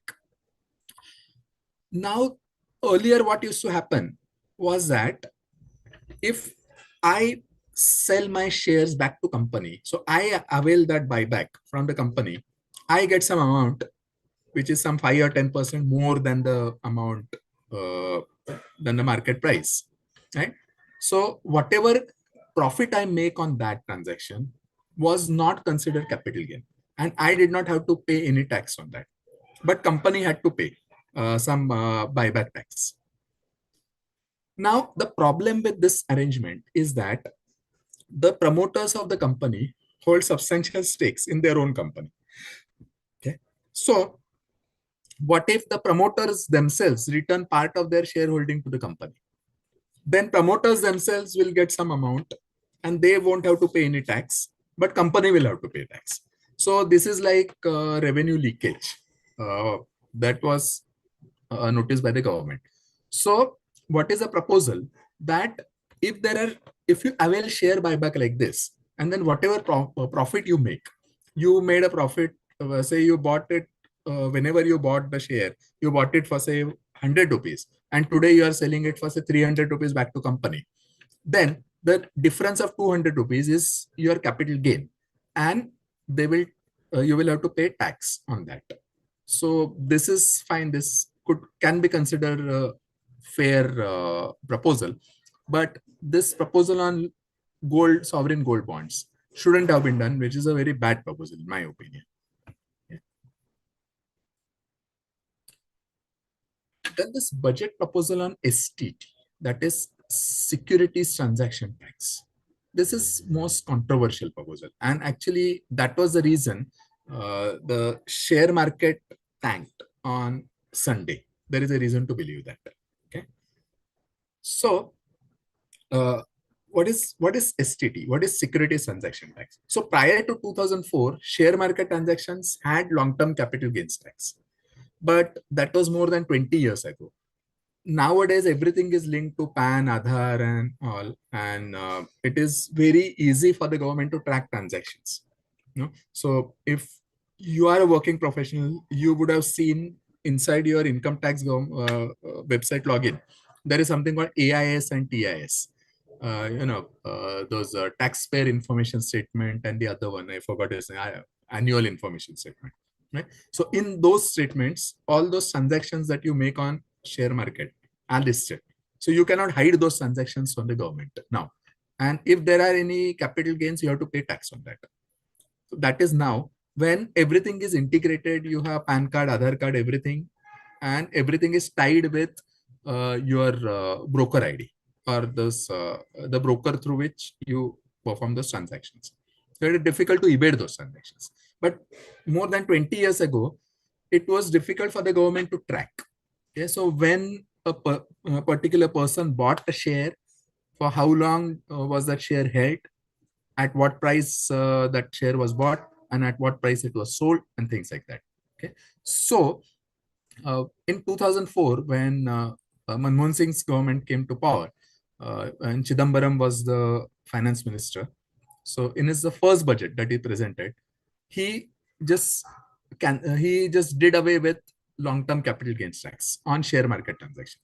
Of course, it was there on real estate and other transactions, but this share market transactions long-term capital gain tax was taken out. Instead of that, one securities transaction tax had to be paid. So what is that? That don't pay long-term capital gain tax, but pay whenever you buy or sell a share, pay some securities transaction tax to government. So that was the whole logic. Okay? The reason was prior to 2004 or some 20 years ago, it was difficult to track all those transactions. In 2018, the long-term capital gain tax was brought back, but without removing STT. So that was a bad move actually. And since then, I so much wish that the securities transaction tax should be taken out. Why? Because we have long-term capital gains tax. So it is like double taxation. But unfortunately, it hasn't happened. I've been waiting for it for last 8 years. And I'm just hoping it will happen someday. Okay. But there is no progress on that. Now, moreover, this securities transaction tax on derivatives contract has been hiked on futures contract. Now, you talk about this point only if you can handle questions on futures and options well in the interview, because they are slightly advanced concepts in finance. So in case you cannot handle those questions well, then you may not want to bring that in the interview. But I'll just give you one idea about futures, because options is slightly even more complex and we don't have time for time to go through the options at this point. So I'll go talk about futures. So the idea of futures contract is that there is an opportunity for an investor to hedge his or her position. Now, we have to remember one point, that people like you and me do not run the market. Market is run by big institutions because they come up with deep pockets, like hundreds and thousands of crore rupees. As an individual, how much amount you can put in market? Like a few lakhs here and there. But they come with hundreds and thousands of crore rupees. So they are the ones who run the market. We don't run. So whatever price is decided or whatever price comes up because of their action, we have to take that. We cannot decide price as an individual. Okay? Now, this futures contract is one avenue for everyone, not only institutions, but everyone to hedge their position. But usually institutions do that. So what is the idea? That say suppose there is a some mutual fund that has or say some foreign institutional investor that has some 1,000 or 100 crore rupees position in the market, and the worry is that market will fall because of whatever reason. Okay? In that case, what will happen is that portfolio will shrink from 100 crores to probably 90 crores, 80 crores and things like that. So they're not very comfortable with that idea. So one way to take care of this or to eliminate this danger is to sell the entire shareholding at 100 crores and wait till the price comes down and then enter again at 80 crores. So the difference between the two prices is your profit. Okay? So that is one way of doing it. But understand that if 100 crores worth of shares are getting sold on the market, so there is more supply pressure. Right? So what will happen? The price will fall even more fiercely because if large institutions start selling their shares. So if they don't want to do that, so what is another way? They can hedge through what is called futures contract. So if I am an institution and I am worried that the market is going to come down. So instead of selling the shareholding, what I will do is I will sell the futures contract on the market. So my view is that the price is going to go down. So I will sell the futures contract. On the other hand, there is a counterparty that feels that the price is going to go up. So they will buy the futures contract from me. So what will happen is, if every 1 rupee drop in the Nifty, okay, will translate into 1 rupee profit for me. So normally what happens is, if the price goes up, you make profit. But in this scenario, because you have sold a contract, now if the price goes down, you make profit. So it works somewhat in counterintuitive way. So unfortunately, we don't have time to go through the entire finance behind it. So if you don't understand this part, then just don't worry too much about it.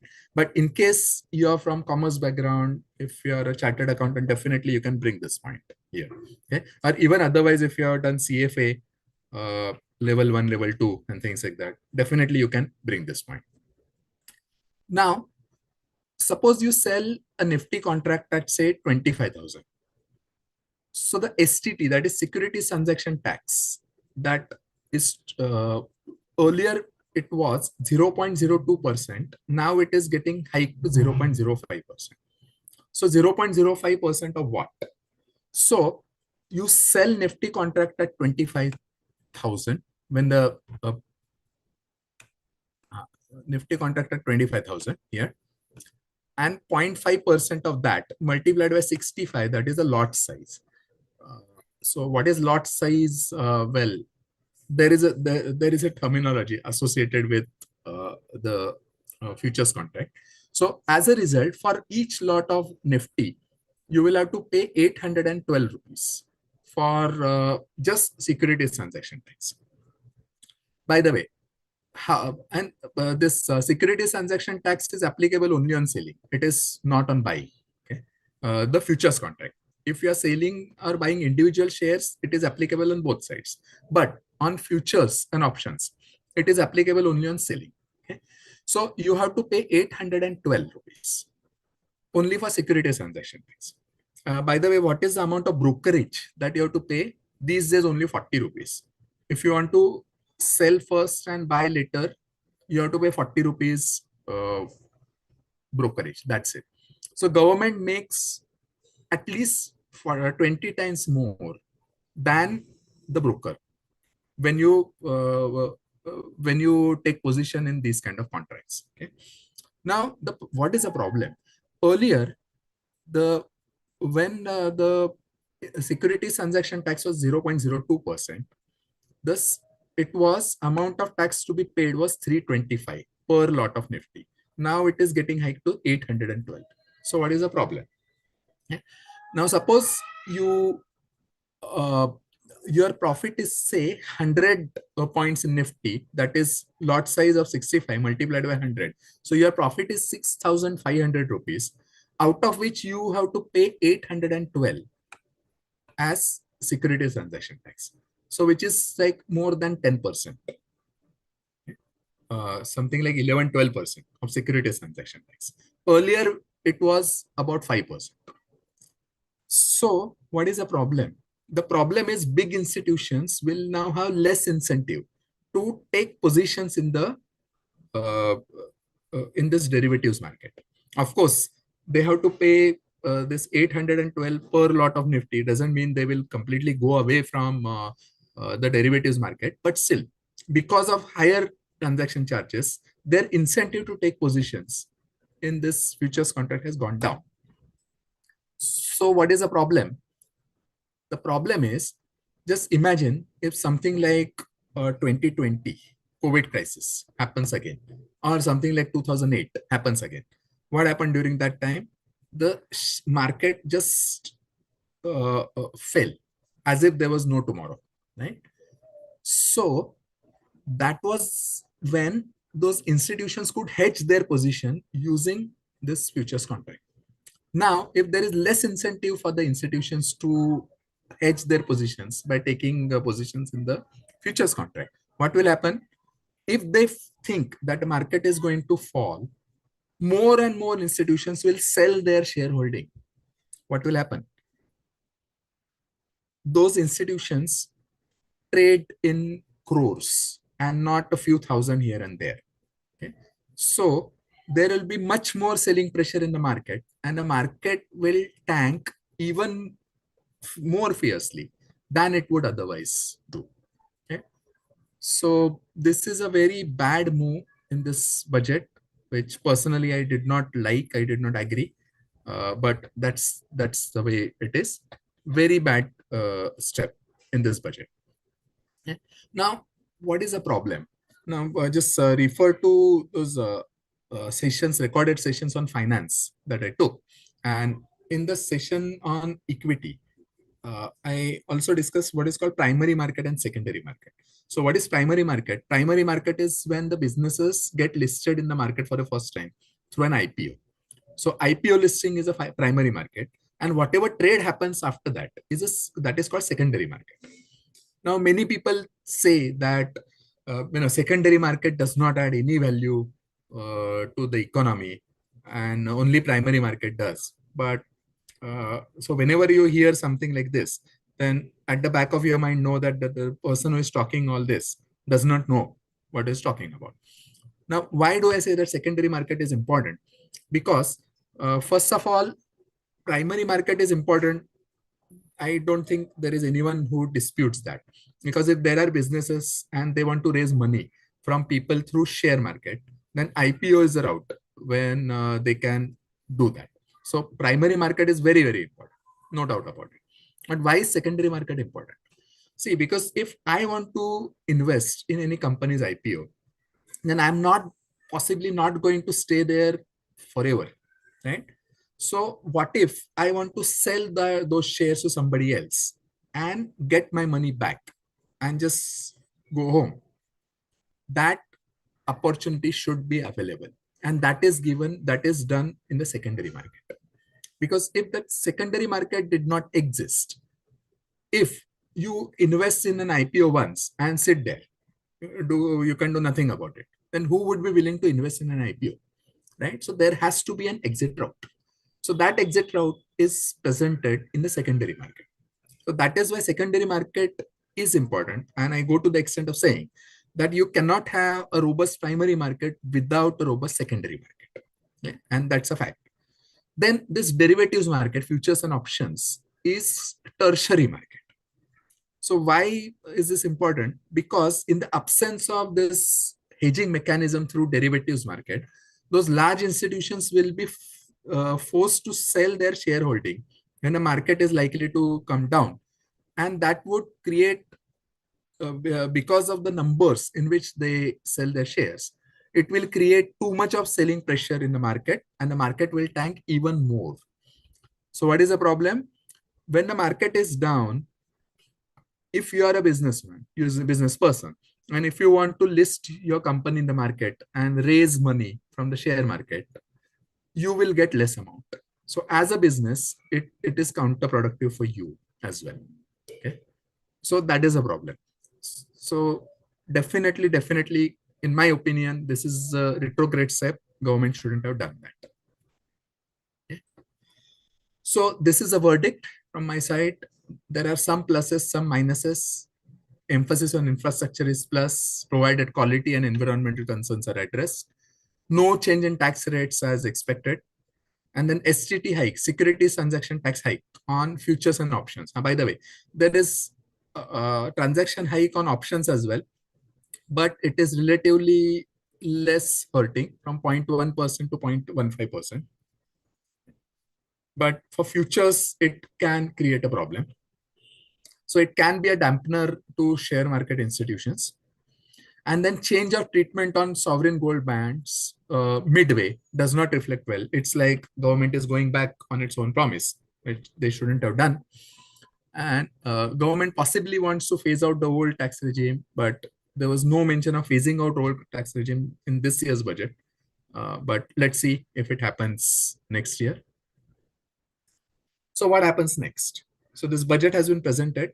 So along with the budget, the finance bill is also presented in the parliament. So if you go through that budget website, you will also see the finance bill. And it is in a typical legal language. So not everyone understands the provisions of the finance bill, but whatever the proposals in the budget, they are carried in the finance bill. Okay? Now, important point, if opposition parties suggest any amendment to the finance bill, and if those amendments are passed, then it is considered a defeat of the government on money bill. And in that case, the government has to resign. Because as per the Constitution of India, government's defeat on money bill is tantamount to falling of the government. Okay? So that is why you will see in the newspapers and news that when the budget is passed, that time the government issues whip to all the members of parliament to remain present in the house and vote in favor of the finance bill. Now, at times, what opposition parties do is they move what is called cut motion, of symbolically of 1 rupee.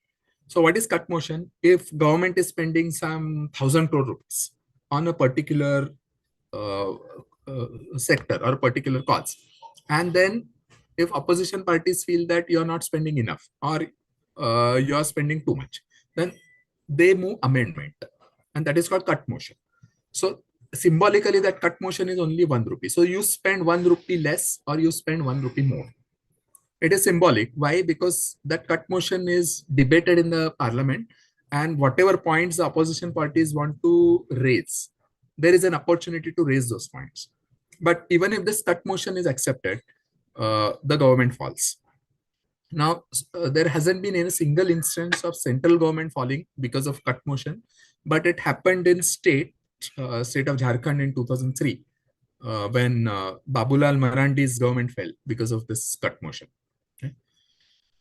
But most of the times, these cut motions are rejected. Now, as per the constitution, only Lok Sabha's approval is needed to the finance bill. Why? Because Lok Sabha is an elected house. Rajya Sabha is not directly elected by the people. So Rajya Sabha can just deliberate on finance bill.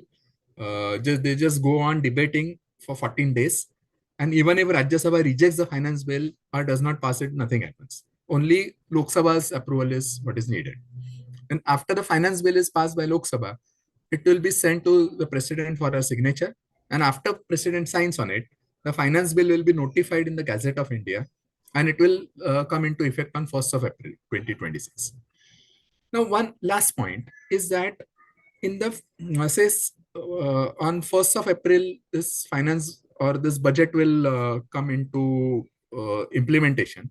Now, what if after 6 months or any time during the financial year, what if the government feels the necessity for spending additional amount on something? So what should they do? Should they do for the next year's budget? The answer is no. In that case, the government can come up with what is called supplementary bill. And recently, there hasn't been any supplementary bill presented in the parliament. But in the past, yes, those supplementary bills once in a while were presented in the parliament. And then it was like a mini budget. And then approval is again sought by the from Lok Sabha on spending that much amount. And then once Lok Sabha approves, government can spend that amount. So this what add to you. So know some budget proposals, know the implications. For example, fiscal deficit. What are the implications of that? The securities transaction tax. If provided, you can talk about the derivatives. You can definitely raise this point and get into a meaningful conversation with the panelists. And then about those gold bonds. And depending on the sector that you work in, or depending on the state and the city where you come from, what are the provisions for that particular sector or that particular state or for that particular city? Okay, so that's it from my side. So any questions? So one question is, what is Indian reseller entity? So that the reference to Indian reseller entity came in when for setting up those data centers in India. So suppose American IT company, maybe say Google, wants to set up a data center in India to provide cloud services to global clients. In that case, the requirement is that they should provide those cloud services to Indian clients also. But those Indian clients should be served using not directly by Google Corporation, but their subsidiary in India. Okay? So that is called Indian reseller entity. So someone from UPSC background shall prepare this budget in how much detail? So whatever I told so far, okay. So if you are from UPSC background, yes, there are some students who spend some time studying for UPSC and then come to CAT and other exams. So if you are from that background, then whatever I told, discuss in the budget. So better if you know all that. Uh, okay, and wait, then there are, okay, where is that?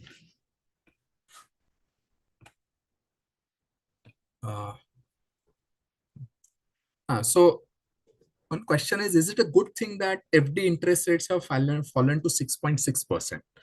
Well, if you are investing or you are booking your FD, then obviously if you get lower interest rates, then that is not a good thing for you. But ultimately, if interest rates are higher, then it is higher for everyone. Okay? And higher the interest rates, there are lower economic activity in the market. So why does it happen? Suppose say, just take a hypothetical situation. Interest rates are 18%. Okay.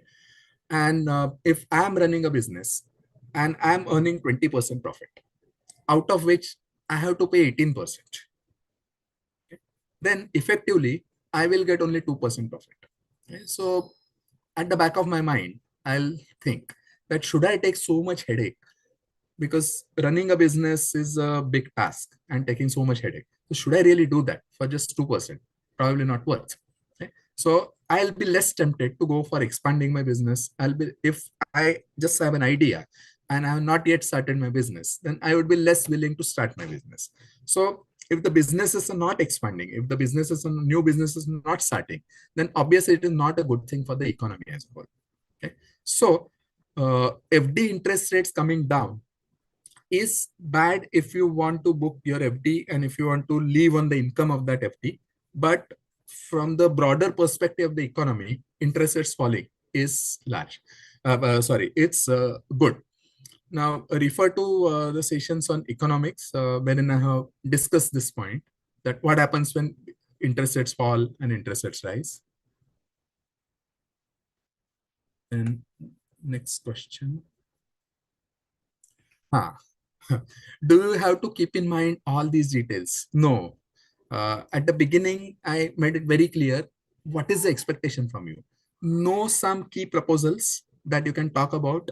Maybe those fiscal deficit, maybe sovereign gold bonds, maybe STT, and some proposals in the field of your interest or field in which you work or the city and the state where you come from. And that's it. Okay. So you're not expected to remember everything and you can't remember everything. Okay? So that committee on banking, so will it be a part of RBI? Well, the government will appoint that committee and we'll have to see the details. Possibly some representative of RBI will be on that committee.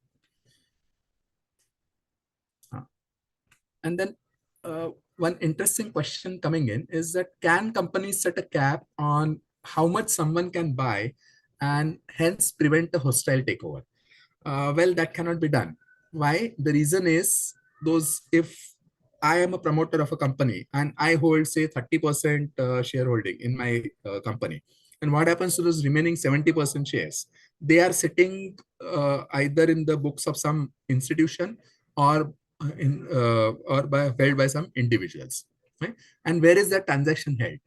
That transaction is held on a share market. So if I am the promoter of the company, how can I control what is happening in the share market? I can't. So companies themselves cannot set a cap on how much someone can buy, and hence that way they cannot prevent hostile takeover.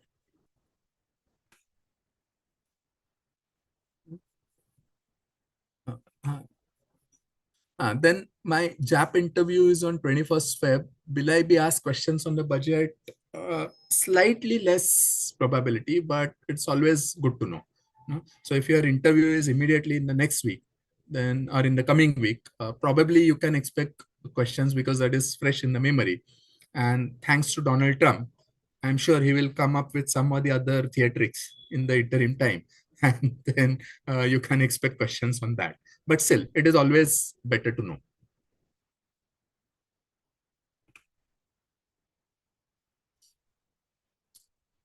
In one interview, it was asked how high-speed rail corridor will have benefit. So can you give a structured opinion? So I'll give one opinion on that. Say there is a very famous train, very popular train between Mumbai and Pune, and that is called Deccan Queen. And it starts from Mumbai CST station at 5:10 in the evening and reaches Pune by I think 8:15 or something. And that train got started almost 100 years ago during British times. And the amount of travel was cut by probably only 30 to 40 minutes. So during British times, it used to take 40 minutes more than it takes now over a time of 100 odd years. Now, when it comes to economy, fast movement is always good. Right? So instead of taking, say, 3 hours to go from Mumbai to Pune, if you can reach in probably, say, 1 hour, then obviously to that extent, the goods can be transported faster, the passenger movement can happen faster. And then there are a lot of some intangible costs that you have to pay. In case your goods are getting stuck for a longer time, then those goods are not available for you and your work is getting held up waiting for that goods to come to your factory. Okay, so it's not a good thing. So having fast transportation network is always good. So you can that way structure your answer. So why is increase in STT not a good thing, since it prevents people gradually from engaging in FNO? I was actually expecting this question. See, the reasoning for that is it is not only for the individuals, everyone will have to pay high STT. Okay? So that is a problem, including institutions. And ultimately, if say I am of the opinion that market is going to fall, and that is why I want to take a short position in the futures contract, but I want somebody else to take opposite view, right? Unless I find somebody else who takes opposite view, that transaction cannot go through. And having more number of participants in the market is good because of that reason, because you will always have someone to take opposite view. So that is called liquidity. So you need to have more liquidity in the market. That is point number one. And then point number two is um, ultimately, see, you are dealing with matured people, right? So if someone just wants to get into gambling and without thinking of consequences, if they just stake their money, then obviously to whatever extent you can prevent them, do that. But again, there are then n number of avenues when government should do something to prevent people from harming themselves. For example, cigarettes. So it is a known fact that cigarettes harm health of the smokers. But are we doing anything about it? No. So the point is there are so many things, and where all places the government can get into. So there should be some limit.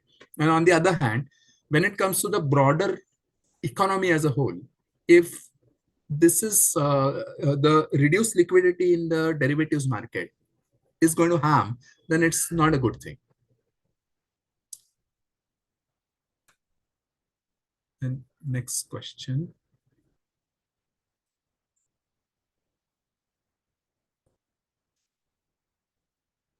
Uh, are we relying too much on borrowing? Because we have allotted $17.2 trillion. No, probably you mean rupees. And $17.2 trillion is like more than almost 4 times the GDP of the country. So that can't happen. It's rupees. Okay? Well, are we relying too much on the borrowing? But see, when it comes to borrowing, so when it comes to fiscal deficit, then what you need to look at is the percent uh, of GDP that we are into. Now, I still remember when the budget for 2021 was presented by same finance minister, Nirmala Sitharaman. So that 2020-21 was, as you all know, was a COVID time. And then government was forced to spend more during that time. And that was also the necessity. Okay. So during that time, the fiscal deficit had zoomed to 9% of GDP. And during that speech, Nirmala Sitharaman had promised that we will bring it down to 4.4% of GDP by 2026. And it seems to have happened. Okay. So even if the absolute numbers look high, as a percentage of GDP, if that percentage goes down, still that is a good thing, because it is an indication that economy is growing, and in that proportion, we are the government is relying less on borrowings.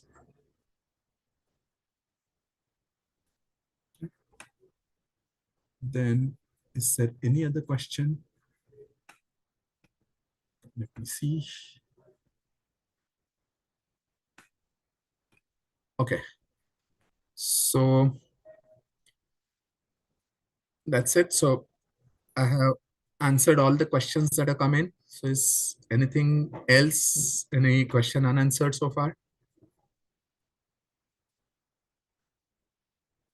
Okay, so one student has raised hand. So let me see. I can give speaking right.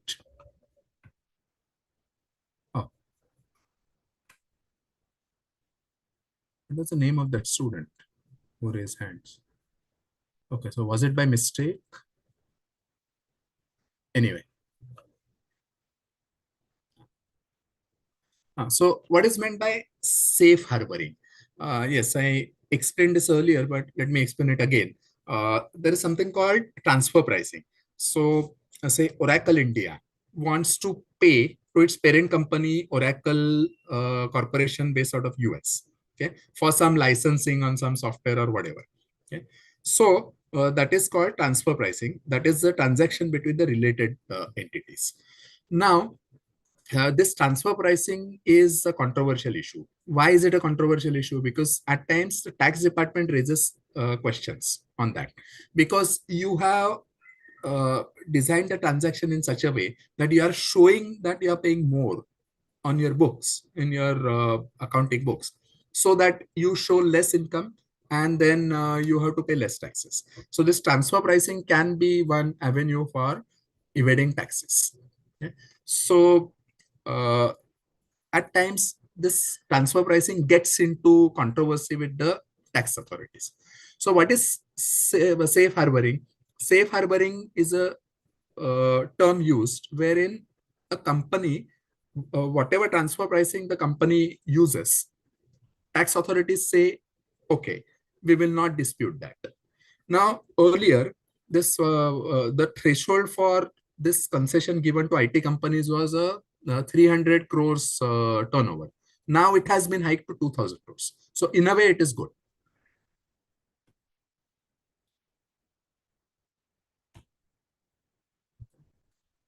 Then, are there any debt-free countries? Not that I know of. Uh, does this make them invulnerable to economic downturns?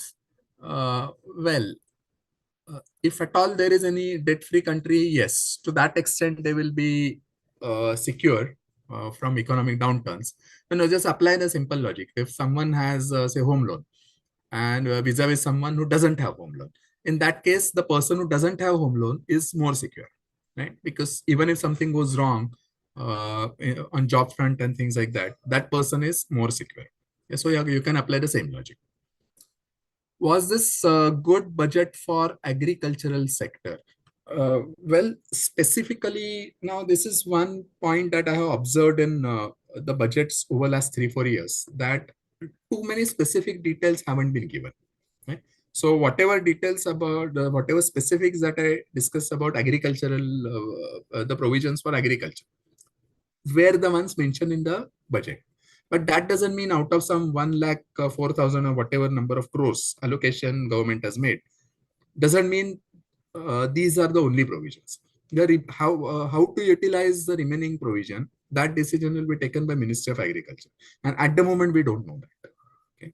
So it is difficult to answer that question actually. But yes, there is no catchy headline as such in this budget for agricultural sector, such as say in 2019 there was PM Kisan scheme, or there was something called Kisan Train for moving the produce from one part of the country to other, and then provision for cold storage for agricultural and fisheries and things like that. So there is no such catchy headline. So what is the best and worst policy of the budget? So I think the policy on IT companies is a good thing. The fact that fiscal deficit is getting controlled is a good thing. And worst policy, in my opinion, again, this is a personal opinion, is related to that STT and sovereign gold bonds. So in my opinion, those are bad policies. Is transfer pricing a form of tax? No, it is not a tax. So if Oracle India pays some amount to Oracle Corporation America, then whatever amount it pays is shown as expense in the profit and loss account of Oracle India. And depending on that income and expense, the profit of Oracle India is calculated. Now, the tax authorities take objection that you are paying more to your parent company so that you have to pay less tax here. And of course, if they pay less tax here, then it could be higher tax for Oracle America because they are getting more from Oracle India, right? But what they do is usually, or not usually, at times the two companies get into some sort of collaboration and decide that price, which minimizes the tax burden on both sides. So that may or may not be the right price, right market price prevailing in a market. So the tax authorities object to that. Then does the actual cash flow indicated in the budget materially affect economic activity when compared to the impact of the reaction of businesses and consumers to the announcement themselves? Well, so let me read the question again. Does actual cash flow indicated in the budget, that means allocation indicated in the budget, materially affect economic activity when compared to the impact of reaction of businesses, consumers to the announcement themselves? Yes, definitely. Because say, as I said some time back, those 12 lakh crores allocation for infrastructure. But how those 12 lakh crores will be used? Some part will be used for those things like say dedicated freight corridor and waterways and things like that. So some provision is already made, but bulk of the other spending will be decided by Nitin Gadkari's ministry. And then depending on that, which project the ministry decides to take up, it materially affects the economic activity more than the announcements made in the budget. Fine. So I think all the questions have been answered. So if there are no questions, we can call it a day. All the very best. Do well in the interview. And next year, I don't want to see any one of you here again. Okay. So you know what I mean. I want you to be in your dream B schools. And then 2 years down the line, when you graduate, and then come back as a panelist for taking mock interviews. Okay. So, okay. So there is, okay. Good night and all the best. Thank you.